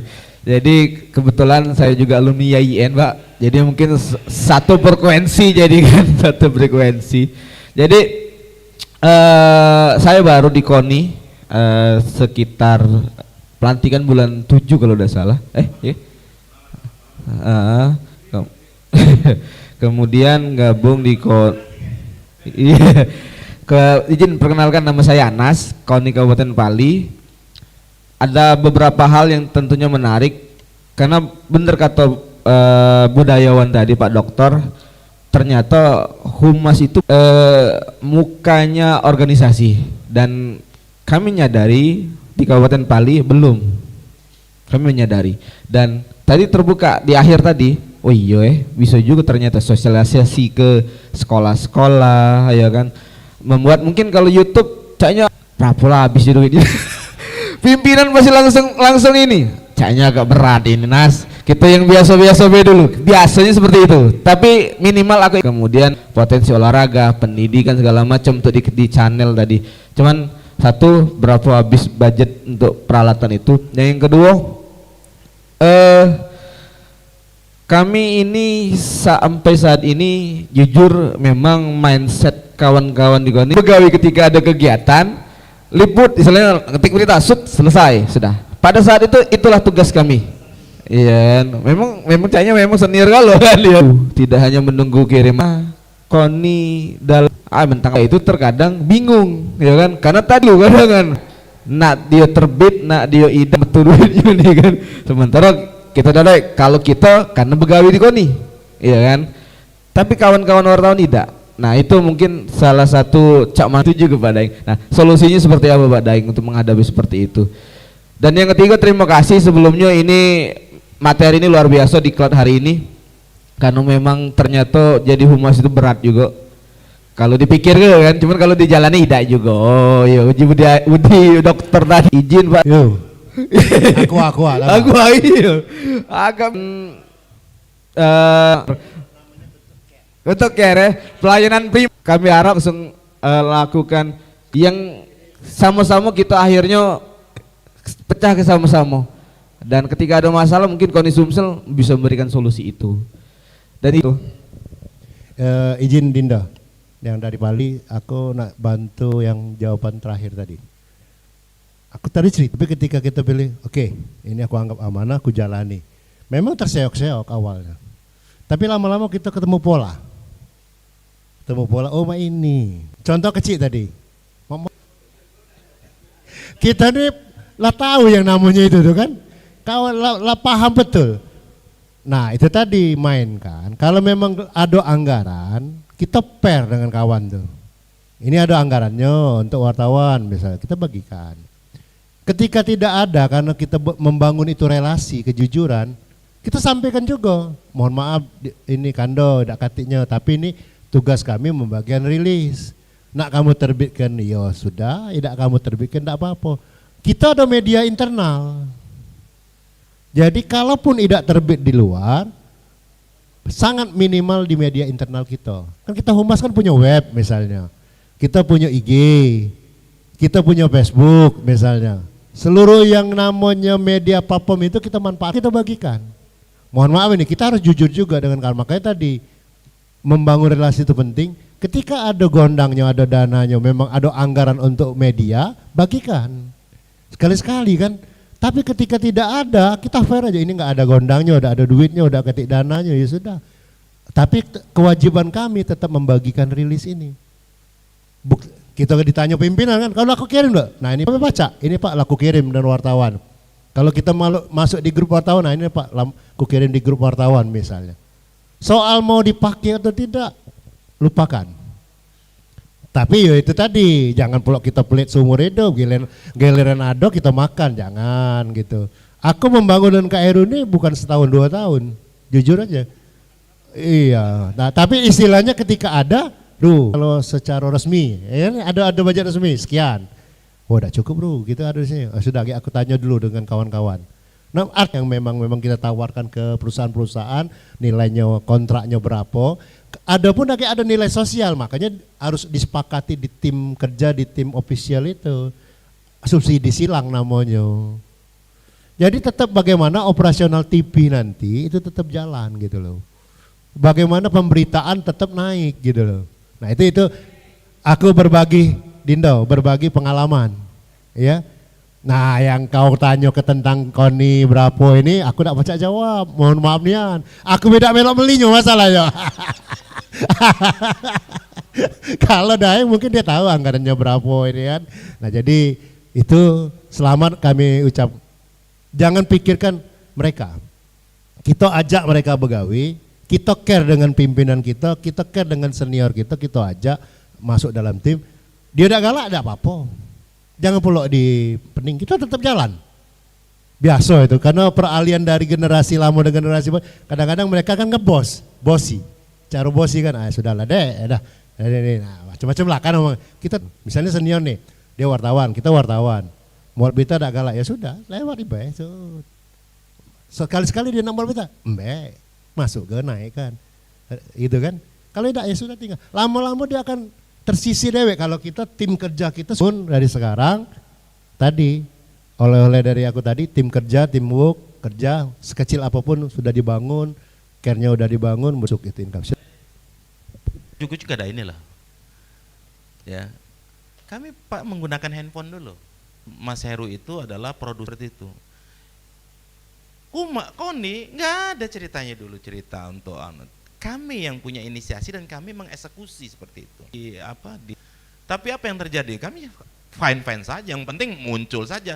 Yang penting begitu di YouTube tampilannya nggak pecah, ya kan? Kalau tidak perlu lagi izin siar, tidak perlu lagi, karena kita bukan TV analog, kita nggak punya jaring, kita TV digital. TV digital itu ya nggak ada ininya. Apa yang susah sih untuk menciptakan sebuah kanal YouTube? Seorang Deddy Mulyadi aja dia pribadi kok, bukan dia menggunakan dana pemerintah, dia tidak menggunakan dana pemerintah. Karena dia sudah public figure ya kan, sudah jadi calon gubernur, YouTube banyak tuh, followernya banyak. Society ya kan yang harus kita manage dengan baik seperti itu. Ya, jadi kalau bicara berapa sih anggarannya? Anggarannya kalau kita ngomong gratis salah ya kan. Dari handphone Anda saja, ada yang kadang-kadang kan handphonenya kan bisa getar. Keinginan kami kan hanya menyampaikan dulu nih, ya kan? Kira-kira kabupaten mana nanti akan minta pelatihan? Tuh di sana itu Mas Heru itu dosen dulu di Unsri, ya, di SMK dia mengajar untuk di SMK itu yang sudah punya studio TV, SMK 5, betul ya? Jadi sebenarnya itu tergantung soal sudah ini, enggak, kemauan dulu. Ketika ada kemauan pasti di situ ada jalan, yakinlah. Dan itu sudah konsep. Itu sudah konsep, ya. Sudah terjawab? Poin pertama. Poin kedua, bagaimana sih ini wartawan harus ada gondang apa segala macam, ya kan? Emang di Sumatera Selatan enggak? Hah? Itu tadi ya, ilmu yang disampaikan budayawan tadi itu harus kita kembangkan seperti itu. Ya kan, kita sampaikan apa adanya. Mereka datang, kita salah kok. Seorang daeng juga wartawan selain pengacara. Betul lah kira-kira. Tapi ada nggak mereka harus minta ini? Enggak. Boleh tanya tuh, banyak tuh tak berita ya berita. Kalau ada, saya nggak perlu harus. Ketika kita bicara anggaran, kita bicara RKA. Harusnya kalian yang di kabupaten kota, ya kan, bidang humas tahun ini buat anggaran. Nah anggaran inilah nanti ya nggak lagi minta daripada ke ketua, kalian harus sudah punya anggaran. Dari anggaran ya mau diusul, contoh kalian usulan 100 juta ya kan, mungkin yang diusul 20 juta, ya maksimalkan 20 juta itu. Tapi kalau kita bicara iya pak, aku nggak ada anggaran apa perlu aku, nggak bisa seperti itu. Anggaran tuh nggak bisa tunjuk main tunjuk, nggak bisa, karena anggaran dipertanggungjawabkan. Nah pertanggungjawaban anggaran itu 1 tahun. Ketika kamu tidak ada RKA di situ, kamu keluarkan kena tuh barang. Jadi anggaran di September, Oktober itu sudah merancang anggaran untuk tahun 2026. Ya kan, sehingga ke depan tinggal ketok palu, APBD ada waktu. Selama ini kan tidak berjalan seperti itu. Ribut, ngapa udah kasih anggaran, ada program. Terus ketika kalian nggak punya program, nggak menyampaikan ke ketua, apa yang mau dianggarkan gitu loh. Silakan Pak, silakan coba. Pak, menarik ini. Jadi kan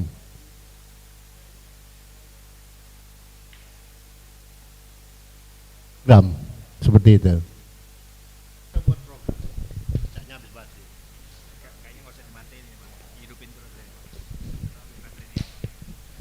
Enggak apa-apa. Oh iya, izin.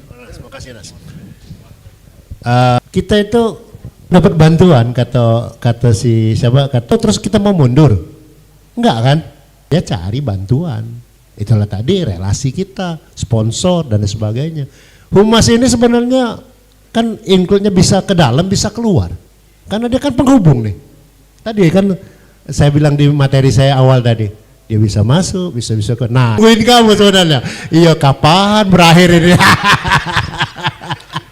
Kalau kamu tidak datang, terpaksa ini kami berdua bagi sejam sewang lagi. Ya baik. Jadi itu, Dindo. Aku so appreciate ya dengan keinginanmu. Ini jangan semangat, jangan semangat. Tetap semangat.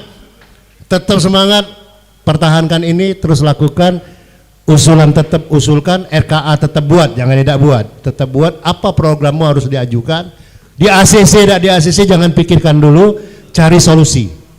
Nih mau buat TV nih, cuma dibantu beli komputer sama handycam misalnya, atau sama HP misalnya. Kan kita butuh mic, butuh yang lain, ya cari solusi lain gitu loh. Yang diperlukan adalah tadi aku ngomong, teknis pelatihannya. Nah itu yang nanti dibuatkan program dari Sumsel. Daerah mana yang siap untuk pelatihan atau diadakan seperti ini, kita boleh bergilir, boleh juga di provinsi seperti itu ya. Mudah-mudahan ini nyambung. Saya sengaja karena ini memang masih di waktu saya, kayak saya boleh ngomong. Kalau masih ada cukup, Kak Brian sudah cukup. Oh terakhir ya silakan yang punya gawean.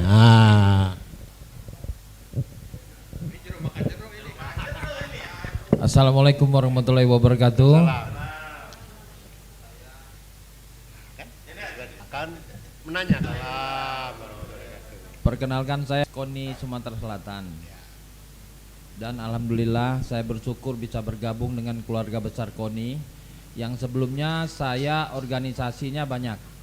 Jadi dari organisasi wartawan dan organisasi humas. Setelah saya bergabung di Humas Koni Sumsel, jadi tentunya brandingnya juga yang bagus-bagus kan. Nah disinilah maka tak kenal maka tak sayang. Saya di Koni Sumsel saya sudah diterima jadi keluarga. Nah di sini setelah saya bergabung, bagaimana memajukan humas tadi? Karena saya kebetulan di bagian humas. Jadi saya harap kalau kita punya ide, ini pun juga saran dari Pak Teddy, setelah kita ada, memang kita bukan agak ada olahraga. Kita sebagai insan olahraga, kita ingin memajukan olahraga, ingin membranding olahraga sesuai dengan bidang kita. Di Humas ini sepertinya ada kalau KONI atau BIMPRES hilang satu, jadi kan nggak bisa dipergunakan.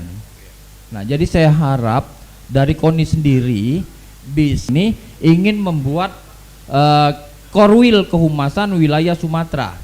Makanya untuk rekan-rekan bidang humas, kita harus kompak dan menyamakan persepsi. Bukan begitu Pak Kabid? Ya. Izin Pak Waketum, kebetulan ada Pak Waketum kita, Pak Ibad, Pak Badrun, sudah mau dibawa kemana humas ini? Akhirnya kami berkonsultasi ke Jakarta, ternyata banyak program-program kehumasan dan di berita. Oh, humas buat berita. Oh, humas paling rilis berita. Iya. Oh, humas ini kalau ada wartawan kon datang wong 50, cak mano kita nak ini ini uang saku. Kita lah kebingungan wong humas ini. Cak mano nak bayarnya. Itu. Nah, tetapi bukan di situ. Bukan di situ. Setelah kita kembangkan, yang penting kita ada ide menurut Pak Teddy, di situ ada jalan. Seperti ingin membuat televisi, yang penting kita ada kemauan, dari hal-hal kecil bisa. Saya analogikan, orang punya Toyota Alphard, kita pakai Kijang lama, sama-sama satu tujuan, sama-sama nyampe. Jadi jangan takut untuk peralatan tadi. Dan terakhir, saya harap kekeluargaan kita, khususnya keluarga besar Humas se-Sumatera Selatan, sehingga bisa tercapai yang namanya sertifikasi bidang humas.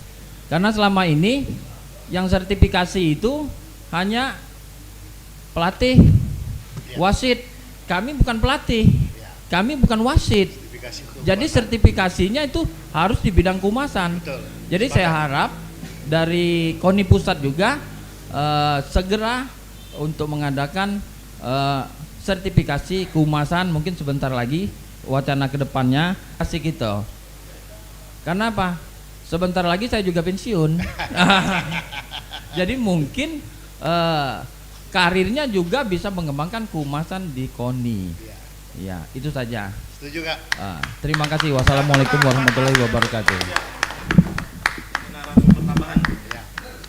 Tidak perlu buat bertanya deh. Sharing Mbak ya dia. Sharing Mbak ini. 15.00 karena kesini tua narasumber sudah hadir juga ya kan. Ada baiknya kita hapus dulu untuk sesi kedua, Pak Kemas.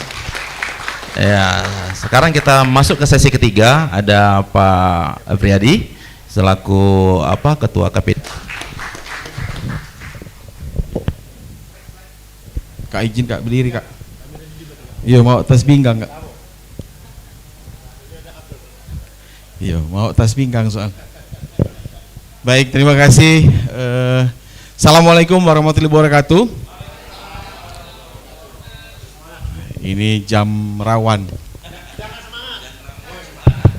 Iya jam rawannya nih. Tadi udah banyak disampaikan senior-senior begitu ya yang membahas. Saya mungkin lebih kepada kesimpulan gitu ya. Mungkin sekedar sharing Bapak Ibu sekalian, mungkin teman-teman juga pernah berurusan dengan yang namanya humas begitu ya. Kita sharing pengalaman saja. Jadi beberapa kajian saya terkait kajian politik, media dan PR begitu ya. Mereka diundang untuk sharing di KONI. Saya senang sekali bisa bergabung di sini. Terima kasih Pak Ketua Panitia, lalu kemudian Kabid Humasnya begitu ya, teman-teman sekalian bisa berbagi sharing di sini. Nah, mungkin tadi sudah banyak disinggung soal dalam organisasi. Tadi juga sudah disampaikan Pak Teddy begitu ya, soal bagaimana transformasi digital, kemudian yang lain materi sudah disampaikan secara detail. Ada banyak perubahan pola, nanti di materi slide saya ada juga soal perubahan PR itu seperti apa. Kalau saya menyebut, kami orang komunikasi lebih senang PR gitu ya, karena biar cak ke Inggris-Inggrisan. Kalau humas tuh cak uang-uang dulu tuh. Nah, humas mana? Humas Pemprov dalam mana nyingoknya kan. Tapi kalau mana PR Bank Mandiri, PR Pertamina misalnya gitu. Nah, yang menarik hari ini bagaimana posisi PR. Ini lagi rame nih hari ini, DPR misalkan. Ini kita bicara soal komunikasi publik dulu hari ini. DPR dengan satu statement, lalu kemudian keluar macam-macam. Sri Mulyani hari ini digodok luar biasa oleh netizen. Netizen ini maha benar, ungkapkan salah gitu ya. Apa yang kita benarkan. Sampai hari ini Kementerian Keuangan itu masih proses mengklarifikasi. Percampuran tadi sudah disinggung soal terkambuayo, tahu-tahu itu adalah bentuk kepalsuan yang diciptakan. Nah, kita ini belum selesai dengan pendidikan media. Kita susah ngelihat pen begitu ya. Yang kalau artis jalan hot pen di bandara kita lemak nyingoknya gitu ya. Kalau uang-uang di dusun, mohon maaf, di daerah cewek-cewek pakai hot pen itu kan ilalang gitu kan. Lecet-lecet kalau gitu kan. Kalau mereka artis kan di bandara, ya kan. Nah, kita belum selesai dengan itu. Orang-orang menirukan gaya buat rambut yang jalan, mungkin anak-anak ini lupa jalan balik, jadi dibuat lorong-lorong di sini kan, di jalan-jalan itu kan bagian dari menirukan budaya-budaya yang ada di televisi. Nah, kita belum selesai dengan persoalan bagaimana mengkonsumsi televisi yang baik, bagaimana mengkonsumsi radio yang baik, misalkan kemudian media massa. Muncul hari ini media baru. Nah, tentu media baru ini apa hubungannya dengan kita? Hubungannya dengan kita adalah soal bagaimana publikasi kita. Dari konteks humas atau PR ini, yang paling terpenting itu adalah soal apa? Komunikasi. Maka penggunaan media media baru. Tidak ada netizen yang lagi oleh orang hari ini. Netizen loh. Kalau dulu pembaca kan pasif. Hanya membaca media. Nah, ini yang harus kemudian kita tekankan, jangan juga kita terlena dengan yang namanya, artinya keberimbangan nanti. Oke, kita buka dulu slide pertama. Slide pertama terus bicara soal apa? Komunikasi saya sampaikan di awal. Ya, terus. Nah, ini komunikasi yang paling penting dalam sebuah peran kita sebagai humas PR itu adalah komunikasi. Intinya dari PR itu adalah bagaimana berkomunikasi antara internal sama eksternal. Mungkin tadi Pak Teddy juga sudah menyinggung, itu yang paling penting dalam konteks PR gitu ya. Upaya untuk bagaimana mengemas secara efektif strategi komunikasi gitu ya. Komponen-komponennya. Nah, ini siapa kita akan berbicara komunikasi. Mungkin teman-teman kalau yang ngambil sarjana komunikasi sudah paham gitu ya, paling tidak poin-poinnya itu.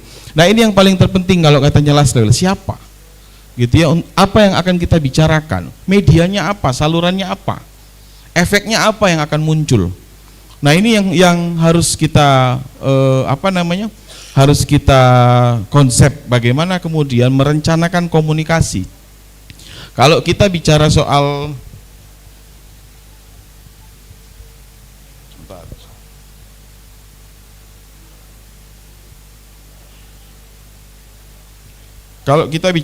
komunikasi, kita paham soal bagaimana posisi KONI ini apa sih? KONI ini kan organisasi gitu ya. Kalau saya baca di Undang-Undang 3 tahun nomor 3 tahun 2025 membantu pemerintah dalam membuat kebijakan nasional bidang pengelolaan, pembinaan dan pengembangan olahraga prestasi tingkat nasional. Kalau kita mungkin lebih kepada konteks daerah. Artinya ada manajemen dalam organisasi yang harus dilakukan oleh KONI misalkan. Bagaimana pengelolaannya? Pengelolaan itu tentu karena ini diatur di dalam undang-undang, lalu kemudian organisasi ini jangan lupa. Tapi ini milik publik, maka ada keterlibatan yang harus dilakukan oleh kita. Nah, ini yang paling penting. Poin yang paling penting adalah komunikasi. Terus edukasi. Hari ini lebih memprioritaskan bagaimana kemudian banyak yang nonton, banyak yang like, subscribernya banyak, kemudian diberikan kompensasi oleh misalkan platform digitalnya Google misalnya. Itu yang dikejar hari ini, tanpa bicara bagaimana ada nilai edukasi. Nah, ini yang paling penting. Nah, menentukan tujuan komunikasi itu seperti apa? Kita bicara soal kebijakan misalkan. Bagaimana kemudian membangun hubungan dengan cabang-cabang olahraga misalkan. Yang kemudian kepentingannya apa publik? Ya, publik harus tahu. Karena ini bagian dari tanggung jawab publik juga KONI ini didirikan begitu ya. Lalu kemudian yang hari ini di negara kita itu harus terbuka. Nah, kita lupa dengan transparansi ini. Maka menentukan tujuan komunikasi salah satunya adalah soal transparansi. Bagaimana kemudian membuka akses informasi kepada publik untuk meningkatkan bagaimana transparansi dan akuntabilitas. Ini bagian dari yang namanya menentukan komunikasi.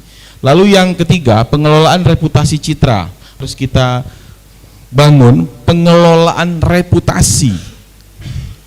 Coba kita riset kecil-kecilan di masyarakat. Apa itu misalkan KONI? Atau di tingkat atlet lah di daerah. Tahu nggak? Aku tidak tahu, KONI cuman tahu itulah. Artinya apa? Reputasi yang dibuat, diciptakan di dalam ini, citranya itu berarti tidak begitu baik.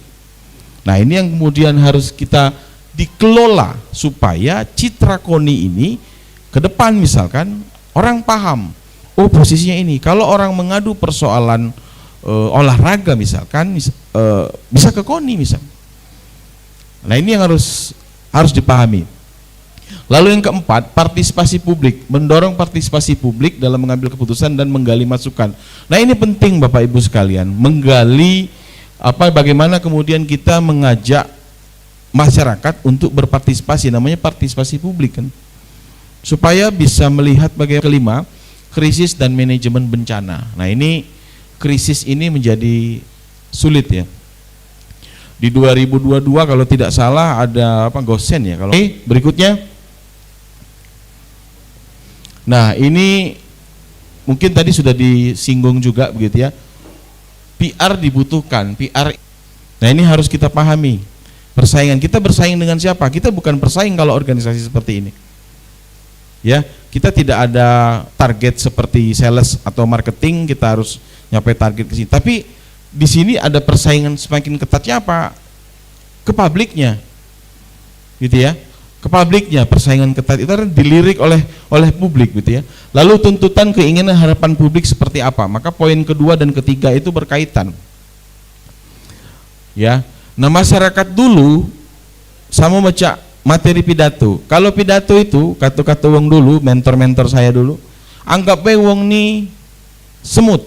Anggap bae wong nih audiens ini dak kate, oh nggak bisa.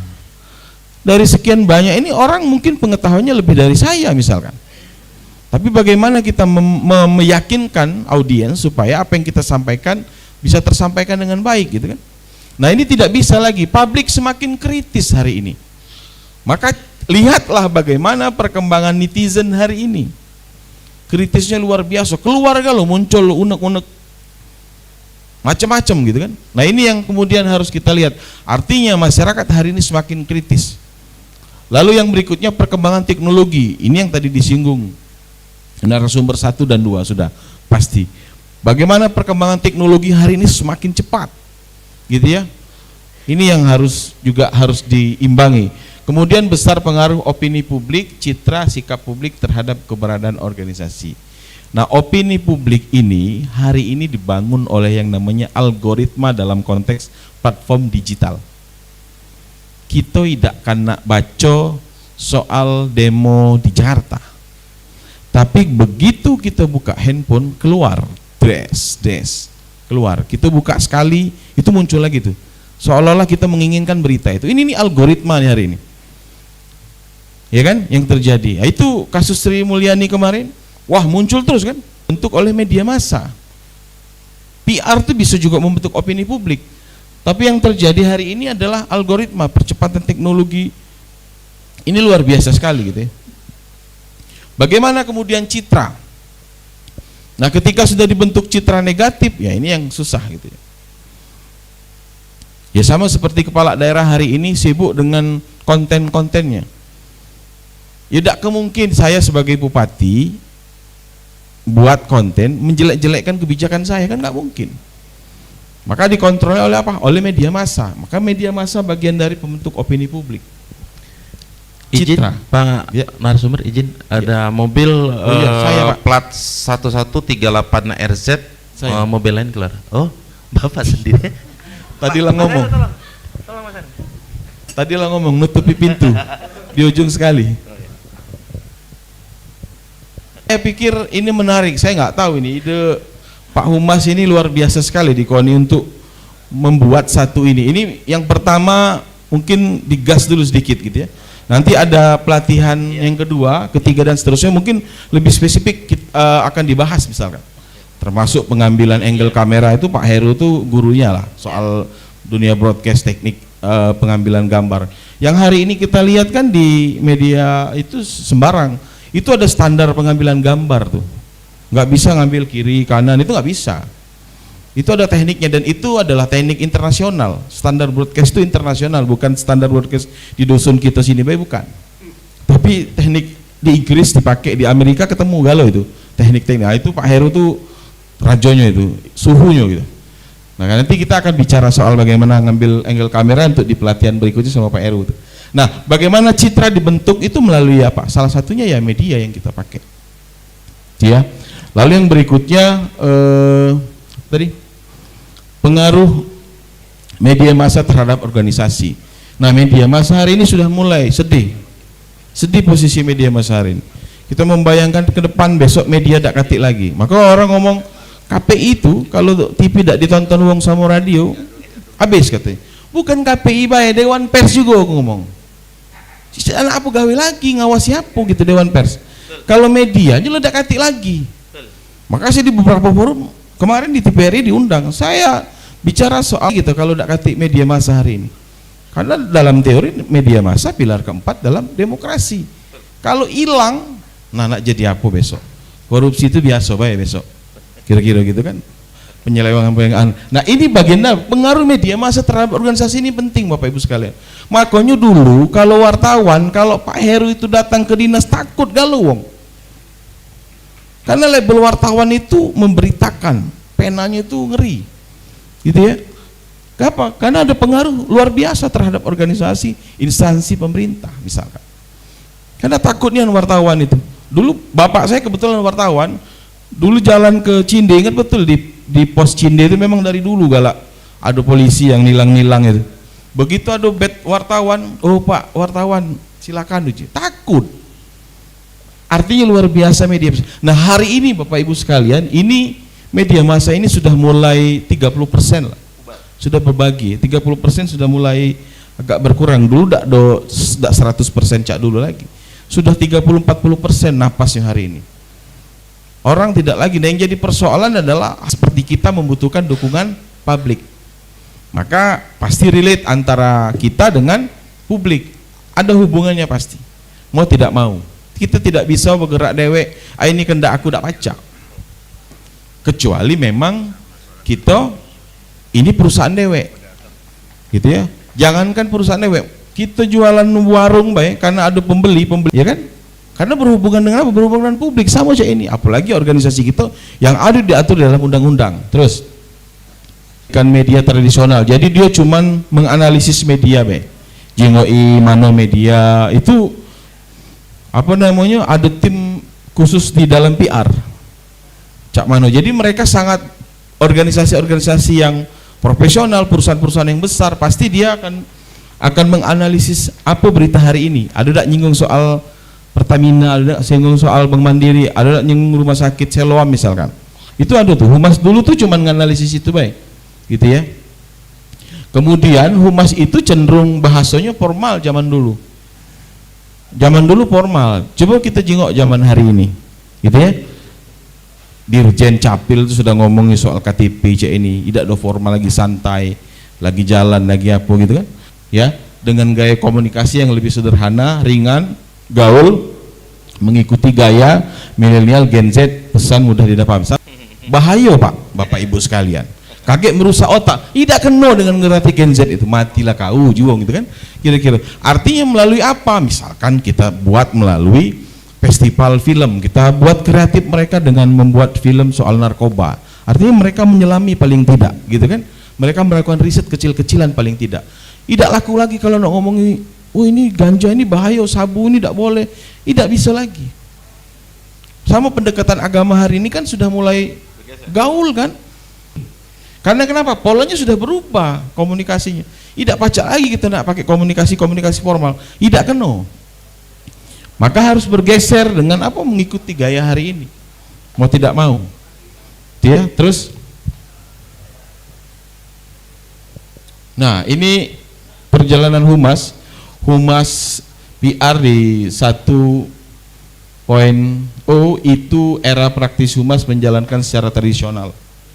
Yang keduanya lalu kemudian era platform digital arus informasi, lalu lalang di media bisa membuat berita kapan saja setiap waktu. Kalau kita ngomongin soal jurnalis, sebenarnya netizen yang min itu bagian dari teori yang disebut sebagai jurnalisme warga, citizen jurnalis. Bagaimana warga melaporkan satu kejadian, tapi kalau dulu diakomodir sama media massa. Jadi dia ngelapor dulu nih ke ke Pak Heru misalkan dari Dusun Sekayu, kirimnya, Pak kami ada laporan buayo, manusia makan buayo misalkan. Nah itu kan berita kan, dikirimlah laporan karena mungkin kontributor TVRI tidak banyak di sana, jadi dikirim. Nah itu citizen jurnalis namanya. Kalau bicara teori, hari ini masyarakat sudah bisa melaporkan langsung, min jengoklah min, manusia itu ngigit buayo, bukan buayo ngigit itu gitu kan. Nah buayo darat gitu kan kira-kira. Nah ini yang terjadi hari ini Bapak Ibu sekalian. Artinya ini sudah bisa melaporkan informasi. Hari ini kita sudah bisa tegak di sini melaporkan juga bahwa saudara-saudara di akun medsos kita kan pasti ada di Facebook misalkan. Hari ini KONI menginisiasi untuk pelatihan workshop Humas misalkan. Ini luar biasa. Wah, itu kan sudah ditonton, paling tidak yang berteman dengan kita itu sudah menonton. Nah, ini terjadi perubahannya. Lalu yang ketiga, era media sosial menjadi apa yang dipercaya masyarakat. Humas bukan memonitor media offline dan online, melainkan menjadi media sosial. Maka sekarang semua instansi dinas itu meskipun keliru dalam manajemen podcastnya gitu ya, kalau menurut kami orang komunikasi gitu kan, keliru manajemen semua dinas hari ini sudah ada yang namanya podcastnya. Termasuk tadi Pak Heru ngundang, Pak yuk kapan kita nak podcast, siap gitu kan. Siapa kaget yang nonton segala macam itu sudah perihal yang berbeda. Dinas-dinas ini sudah keliru juga gitu ya menetapkan podcastnya seperti apa gitu. Tapi paling tidak ini mengikuti yang disebut sebagai bagaimana menggunakan media sosial hari ini untuk publish, untuk disampaikan kepada publik. Lalu yang terakhir ini era di mana AI gitu ya, era big data hadir hari ini, big data. Ya kan? Nah, ini kita sudah ada nih. Kalau kemarin saya sering ngisi kita ini, nah ini sudah era AI big data. Kita caknya besok tak mulai berpikir lagi. Dikit-dikit kaget ke AI, bertanya, cak mana konsep Humas keluar. Nah, ini yang rusaknya. Sekarang kan kalau kita nyari sesuatu yang keluar itu kan mukadimahnya Google dulu menjelaskan, baru kakek websitenya kita bicara cabang olahraga, yang keluar bukan KONI tapi penjelasan dari AI tadi, dari Google dulu begitu ya pas hari ini. Maka dampak dari fenomena ini terasa saat ini robot dapat menulis berita. Tugas Humas berkali 1000 berapa itu tadi? 1400 menit. Humas itu selalu aware dengan situasi. Pernah di Prabu Mule itu saya sampaikan, tidak bisa kita mewujudkan Humas itu yang duduk di kantor baik, harus tahu bagaimana. Tapi yang jadi persoalan kan kalau kita pakai baju Pertamina misalkan, datang ke masyarakat, yang ada di otak masyarakat ini adalah bantuan-bantuan. Nah, ini PR besar Humas, bagaimana kemudian menciptakan masyarakat harus berdaya hari ini, gitu ya. Nah, kami pendampingan di OI itu di di Desa Burai, itu saya mendampingi, saya juga saya konsen di pariwisata juga. Itu Pertamina konsen dia. Jadi ini sudah mulai bergeser gitu ya paradigma di masyarakat untuk bicara PR. Terus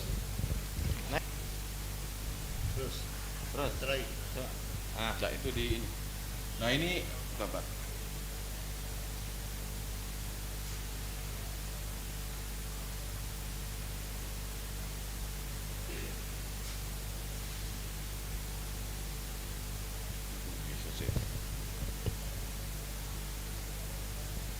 Nah, ini ada poin tadi di kerja PR. Kerja PR itu publikasi. Publikasi itu paling penting. Yang kedua, event. Makanya kalau teman-teman wartawan diundang BUMN kan sering itu bagian dari event. ada media gathering misalkan, itu bagian dari event, itu tugasnya PR tuh, ngurusin itu. Publikasi penting. Hari ini teman-teman coba buat, misalkan dari KONI daerah, nanti langsung bikin berita. Jangan lupa besok berarti ada workshop lanjut soal penulisan berita, tapi wartawan kalau katanya pengurus-pengurus tidak perlu lagi, apalagi lah lulus UKW gitu ya. Nah, jadi apa namanya, hari ini sudah bisa kita publish soal kegiatan kita apa. Itu kerja PR. Lalu yang kedua, event. Bikin event. Cak Manu misalkan kita bikin event apa namanya, menjaring atlet dari daerah-daerah misalkan, untuk kita koordinasi dengan cabang-cabang olahraga di daerah. Apa namanya, pemain kampung misalkan. Itu kan yang kecil, padahal kita cuman di satu kabupaten atau satu mencari 3 atlet dari cabang salah satu cabang. Teman-teman bisa lihat fenomena KDM hari ini. Ya, Deddy Mulyadi Gubernur Jawa Barat, hal-hal yang kecil bisa jadi besar. Nah, kalau dalam konteks politik hari ini. Nah, ini yang terjadi di media hari ini. Ya, maka event itu penting dibuat oleh kerja PR. Lalu kemudian berita. Berita tentu berkaitan dengan publik massa. Mau media massa itu dibaca atau didengarkan atau ditonton oleh orang atau tidak, tapi yang paling penting kita bertanggung jawab bahwa organer atau tidak melalui misalkan data di Dewan Pers misalkan, itu memanfaatkan itu. Lalu kemudian masyarakat dalam berbagai macam kegiatan termasuk mengambil kebijakan, gitu ya. Maka selalu identity media ini adalah bagian dari bagaimana kemudian media yang kita gunakan apa. Ini menjadi penting. Lalu kemudian lobby. Nah, sekarang sudah kita minta waktu main visual atau OKI misalkan. Tapi kita main dengan audio dan visual. Inilah yang dilakukan. Kegiatan ini hasilnya, outputnya ini harus detail jelas. Ya, supaya ada progres kita ke luar bahwa oh ini KONI udah modern, tidak lagi main-main kertas gitu ya. Jadi menarik gitu ya. Dari komposisi warna itu punya pengaruh nggak Bapak Ibu sekalian? Ini kalau kita buat di sini ada lo gambar garis biru, kuning, merah. Enggak salah ya? Apa terbalik-balik lah. Pokoknya 3 warna itu. Kalau dibuat di ruangan ini, di stiker ditempel di situ, pasti asumsi kita apa, Pak? Warna itu adalah simbolnya Indomaret.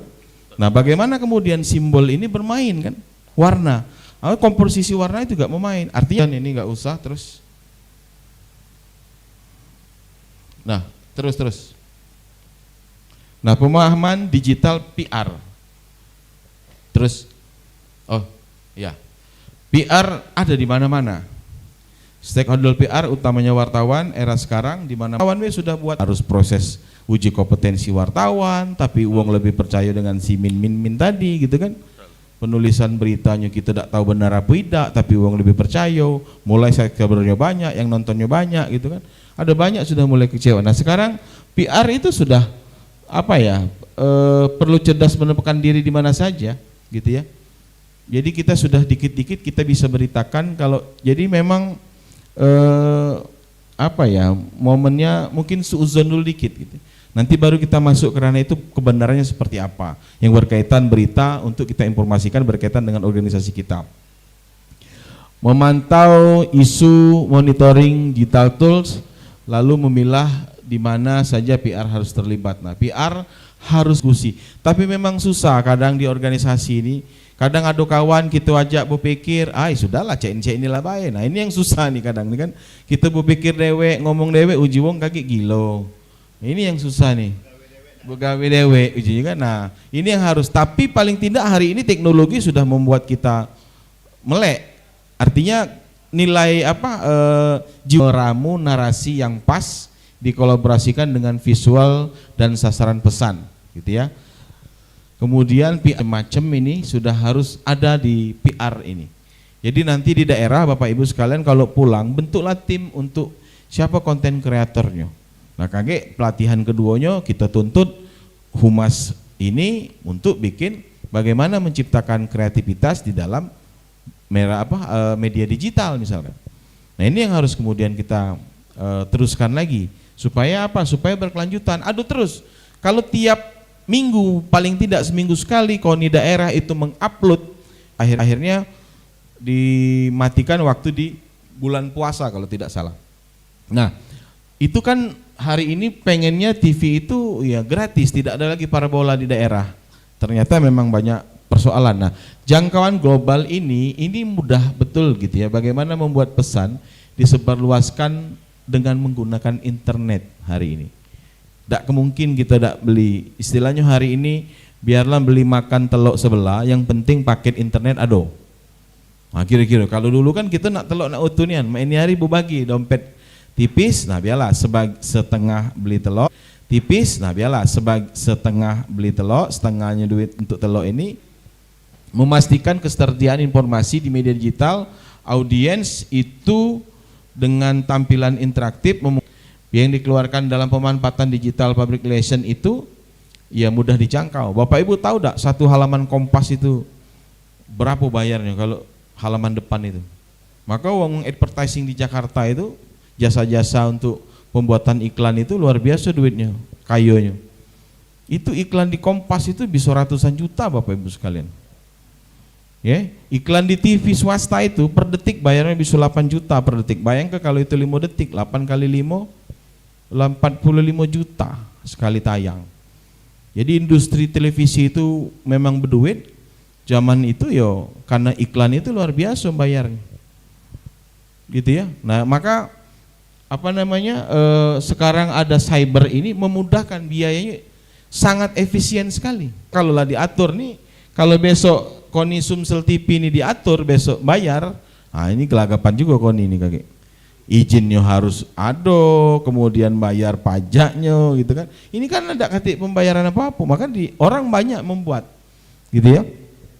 Lalu kemudian yang berikutnya memelihara reputasi, memberikan informasi tertentu yang memberikan citra yang positif untuk kita. Nah ini informasi yang berkesinambungan, memelihara reputasi di publik. Brand cyber public relation itu memelihara reputasi yang saya sampaikan di awal. Tetap teorinya memelihara reputasi, praktiknya tinggal bagaimana kita membahasakan secara langsung, tapi yang tidak langsung Pak Ibu. Banyak-banyak ke MOU, di eranya Pak Ketua sekarang MOU-nya 100 tapi tidak ada implementasi. Untuk apa? Lebih baik kita betul-betul menjalin yang sesuai dengan kepentingan kita. Apa misalnya? Gitu ya. Lalu kemudian tidak lupa untuk dipublish, disampaikan kepada publik. Terus nah ini praktisi PR, kreatif, komunikasi secara personal, melihat target audiensnya. Ini paling penting Bapak Ibu, audiensnya siapa? Kalau kita pakai anak-anak muda, dengan bahasa anak-anak muda, masuk. Kalau audiens kita umur-umur 45, 50, pakai bahasa-bahasa generasi Gen Z, kerok.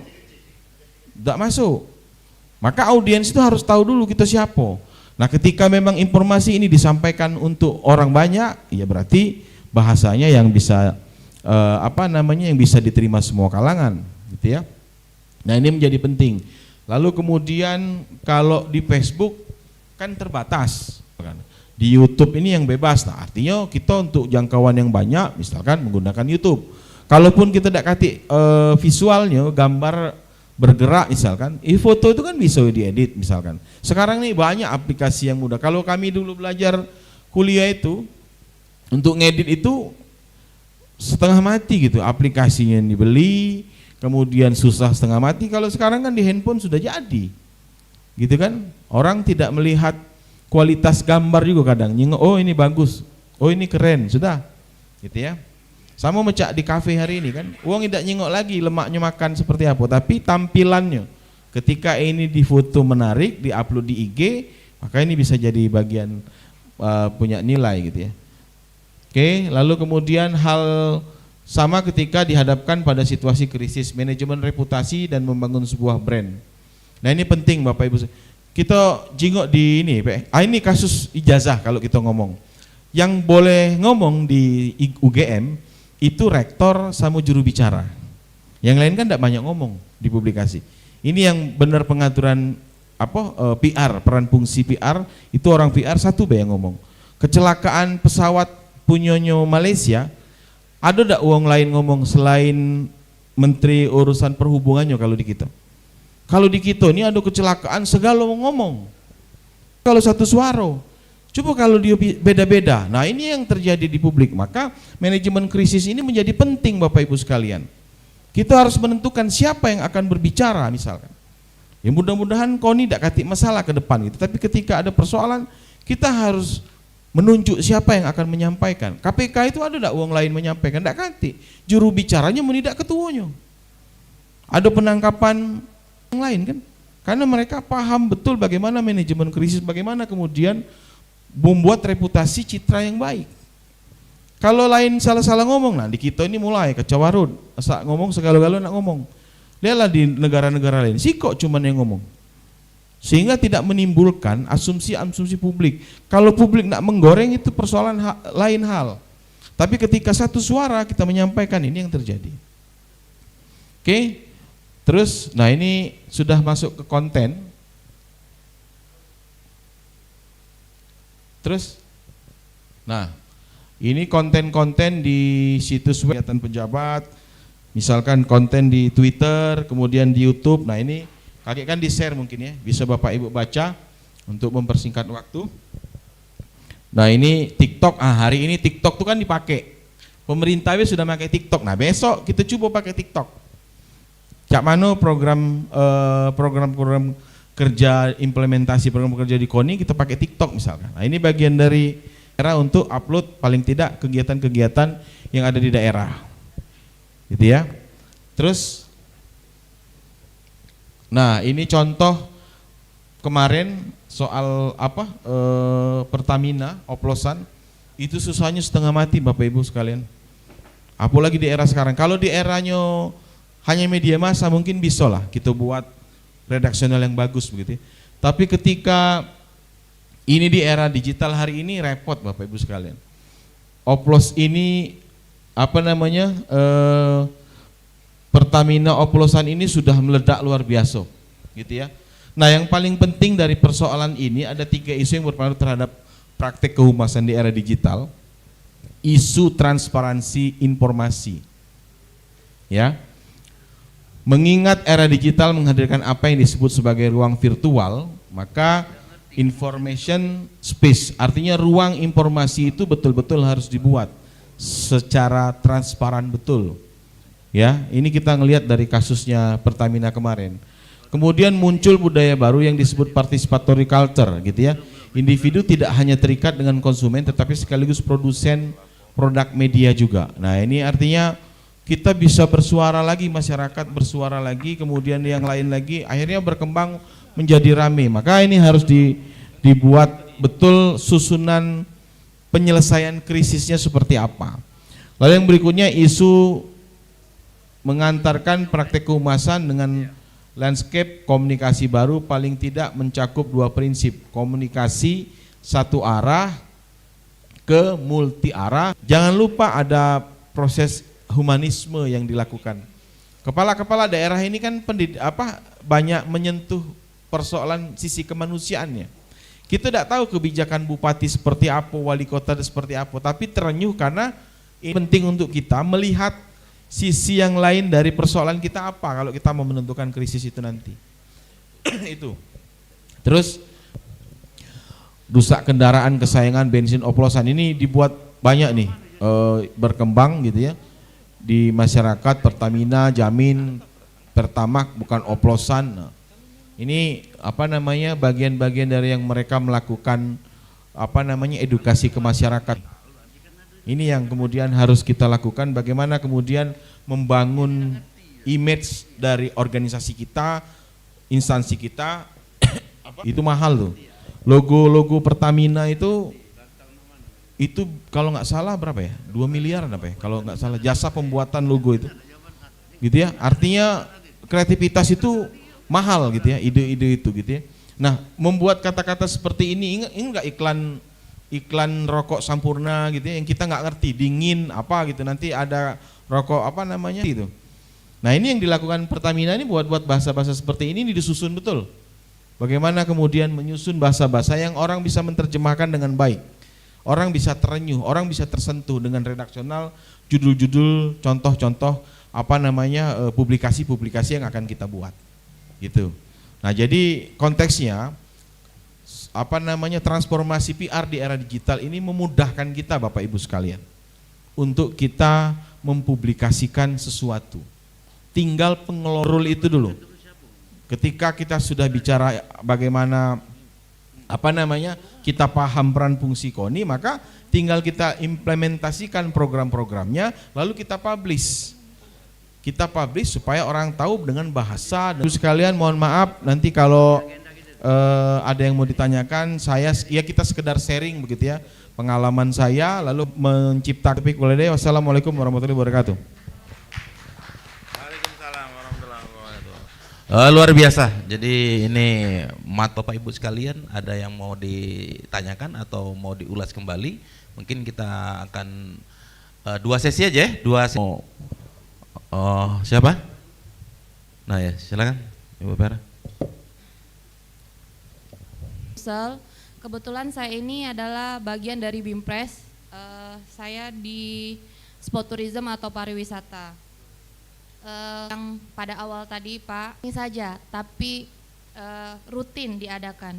Gunanya untuk mengupgrade ilmu komunikasi yang terutamanya saya secara masalah-masalah apa yang sepertinya yang harapan saya kepada PR atau humas ini adalah kami di bidang pariwisata ini harap dirangkul. Wisata sport tourism ini kan tupoksinya Pak, pernah kemarin saya tanyakan kepada kabit saya, mohon Bapak sebagai Waketum di KONI menyampaikan aspirasi kami. Karena olahraga apa yang bisa menimbulkan pariwisata untuk daerah kita masing-masing. Dan saya lihat kalau misalnya sesuatu yang udah tenggelam nggak pernah diangkat, kapan mau diangkatnya kayak gitu. Saya pribadi itu kan kemarin diperbantukan Pak, diperbantukan ke jihad ini yang bisa ngebantu bagian humas ini Pak untuk publikasi, dokumentasi, dan menyiarkan kepada halayak ramai. Mungkin itu saja kolaborasi informasi. Ubah, biar nanti langsung dijawab langsung dengan narasumber kita. Atau dari belakang, yang belakang.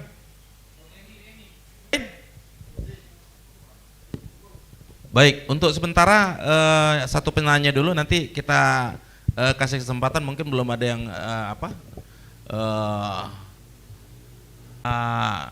narasumber, mungkin bisa dijelaskan sedikit tentang apa yang disampaikan oleh Ibu Vera tadi. Ya, tadi lebih banyak ke internal sebetulnya begitu ya. Tapi ini menarik, saya baru tahu ternyata ada bidang sport tourism gitu ya. Kebetulan saya agak nyambung dikit gitu ya soal tourism ini gitu, karena kemarin kami ini ya yang kolaborasi dengan Dinas Pariwisata dan bagaimana kemudian kalau kami dulu membentuk kreativitas orang kita ini mau tidak mau. Kemudian di Jawa itu menciptakan sesuatu yang baru. Bagaimana kemudian membangun di bidang ini, mengkomunikasikan, misalkan dibuat contoh dengan desa dulu misalkan, atau kita data, misalkan minta data dari pariwisata, Dinas Pariwisata, ada nggak misalkan kelompok desa sadar wisata yang sudah terbentuk. Nah ini tinggal kita komunikasikan apa yang kemudian yang bisa kita kaitkan dengan ranah olahraga yang bisa menarik dalam konteks olahraga. Ini yang kemudian harus kita bangun. Saya setelah kemarin ini cerita dikit gitu ya di luar urusan humas ini, yang di Burai itu kan kadesnya, yang kadesnya itu agak menurut saya agak gila gitu ya. Dia berani membuat sesuatu itu kan waktu itu dapat penghargaan itu coba ya, tapi dikelola, didesain oleh kadesnya pada waktu itu menjadi punya nilai yang cukup tinggi, dilirik. Nah kadang dinas ini, kalau ada yang dinas agak ini dikit, dinas ini kan kadang penyakitnya cuma ngaku-ngakui baik, ditemukan oleh masyarakat, kemudian dikelola sudah swadaya, kadang tahu-tahu ini kita bina. Nah ini yang repot ini, tidak merintis dari bawah gitu kan. Ini nah bagaimana kemudian nanti divisi ini bisa menciptakan itu melalui apa? By data dulu, kalau memang kita sulit untuk survei langsung ke lapangan. Ketika sudah di 4 Lawang ya, kalau tidak salah ada kami buat negeri di atas awan, itu memang naik ke tempat wisatanya agak tinggi. Nah mungkin menjadi spot untuk spot wisata misalkan, olahraga wisata. Nah itu, nah hal-hal kecil semacam ini Ibu, ini berkaitan dengan apa?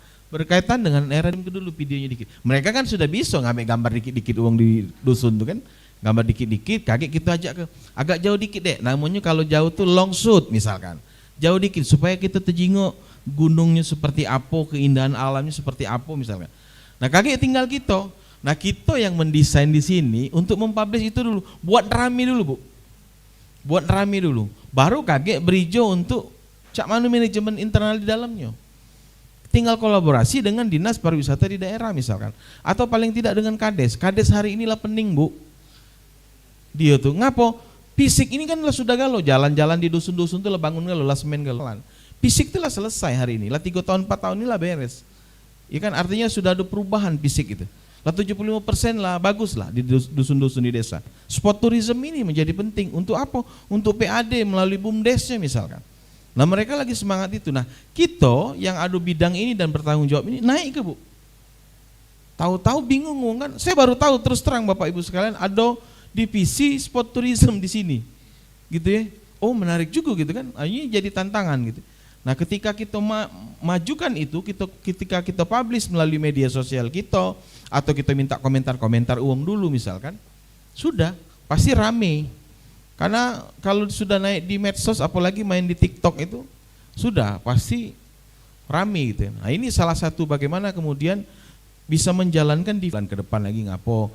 Nah ini kan berhubungan dengan ini, tapi tetap posisinya yang tadi disampaikan. Ada publikasi, salurannya apa yang nak disampaikan, melalui apa yang nak disampaikan.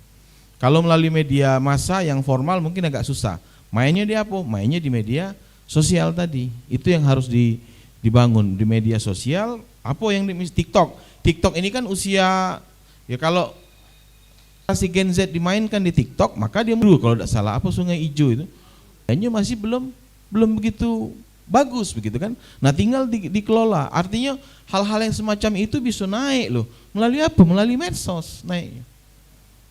Nah ini yang harus kemudian kita lakukan, manajemennya seperti apa supaya bisa terpublish keluar. Itu. Ya jangan pula kaget kantor KONI di daerah mungkin tidak begitu bagus secara fisik, jangan pula diambil. Nah ya kan itu yang harus, jangan kaget pas lagi, halo guys kami ada di kantor KONI, tahunya kantornya apa namanya temboknya lah kemana-mana, mak bang nak percaya gitu kan kira-kira. Nah ini yang harus kita jengok. Duduk mungkin kursinya pasti ada yang bagus, duduk di kursi itu. Sekarang nih desainnya bagus, bisa belajar ke situ. Tidak sia-sia KONI menarik Pak Heru ke sini nih untuk bisa narik ilmunya gitu kan. Mungkin itu saja. Ya kan. Mungkin bapak-bapak ibu-ibu yang masih berada di luar, tolong masuk dulu. Kalaupun tidak ada lagi yang bertanya, mungkin acara ini acara penutupan, closing ya. Pak narasumber terima kasih banyak ini. Ada Pak Kemas, ada Pak Priadi, sama nanti ada Pak Teddy di bawah. Acara kita untuk sesi ketiga ini akan kita tutup. Sekaligus nanti MC tolong nanti dipandu untuk penutupan. Nanti langsung ditutup saja sama Wakil Ketua Bidang Humas dan Media. Terima kasih.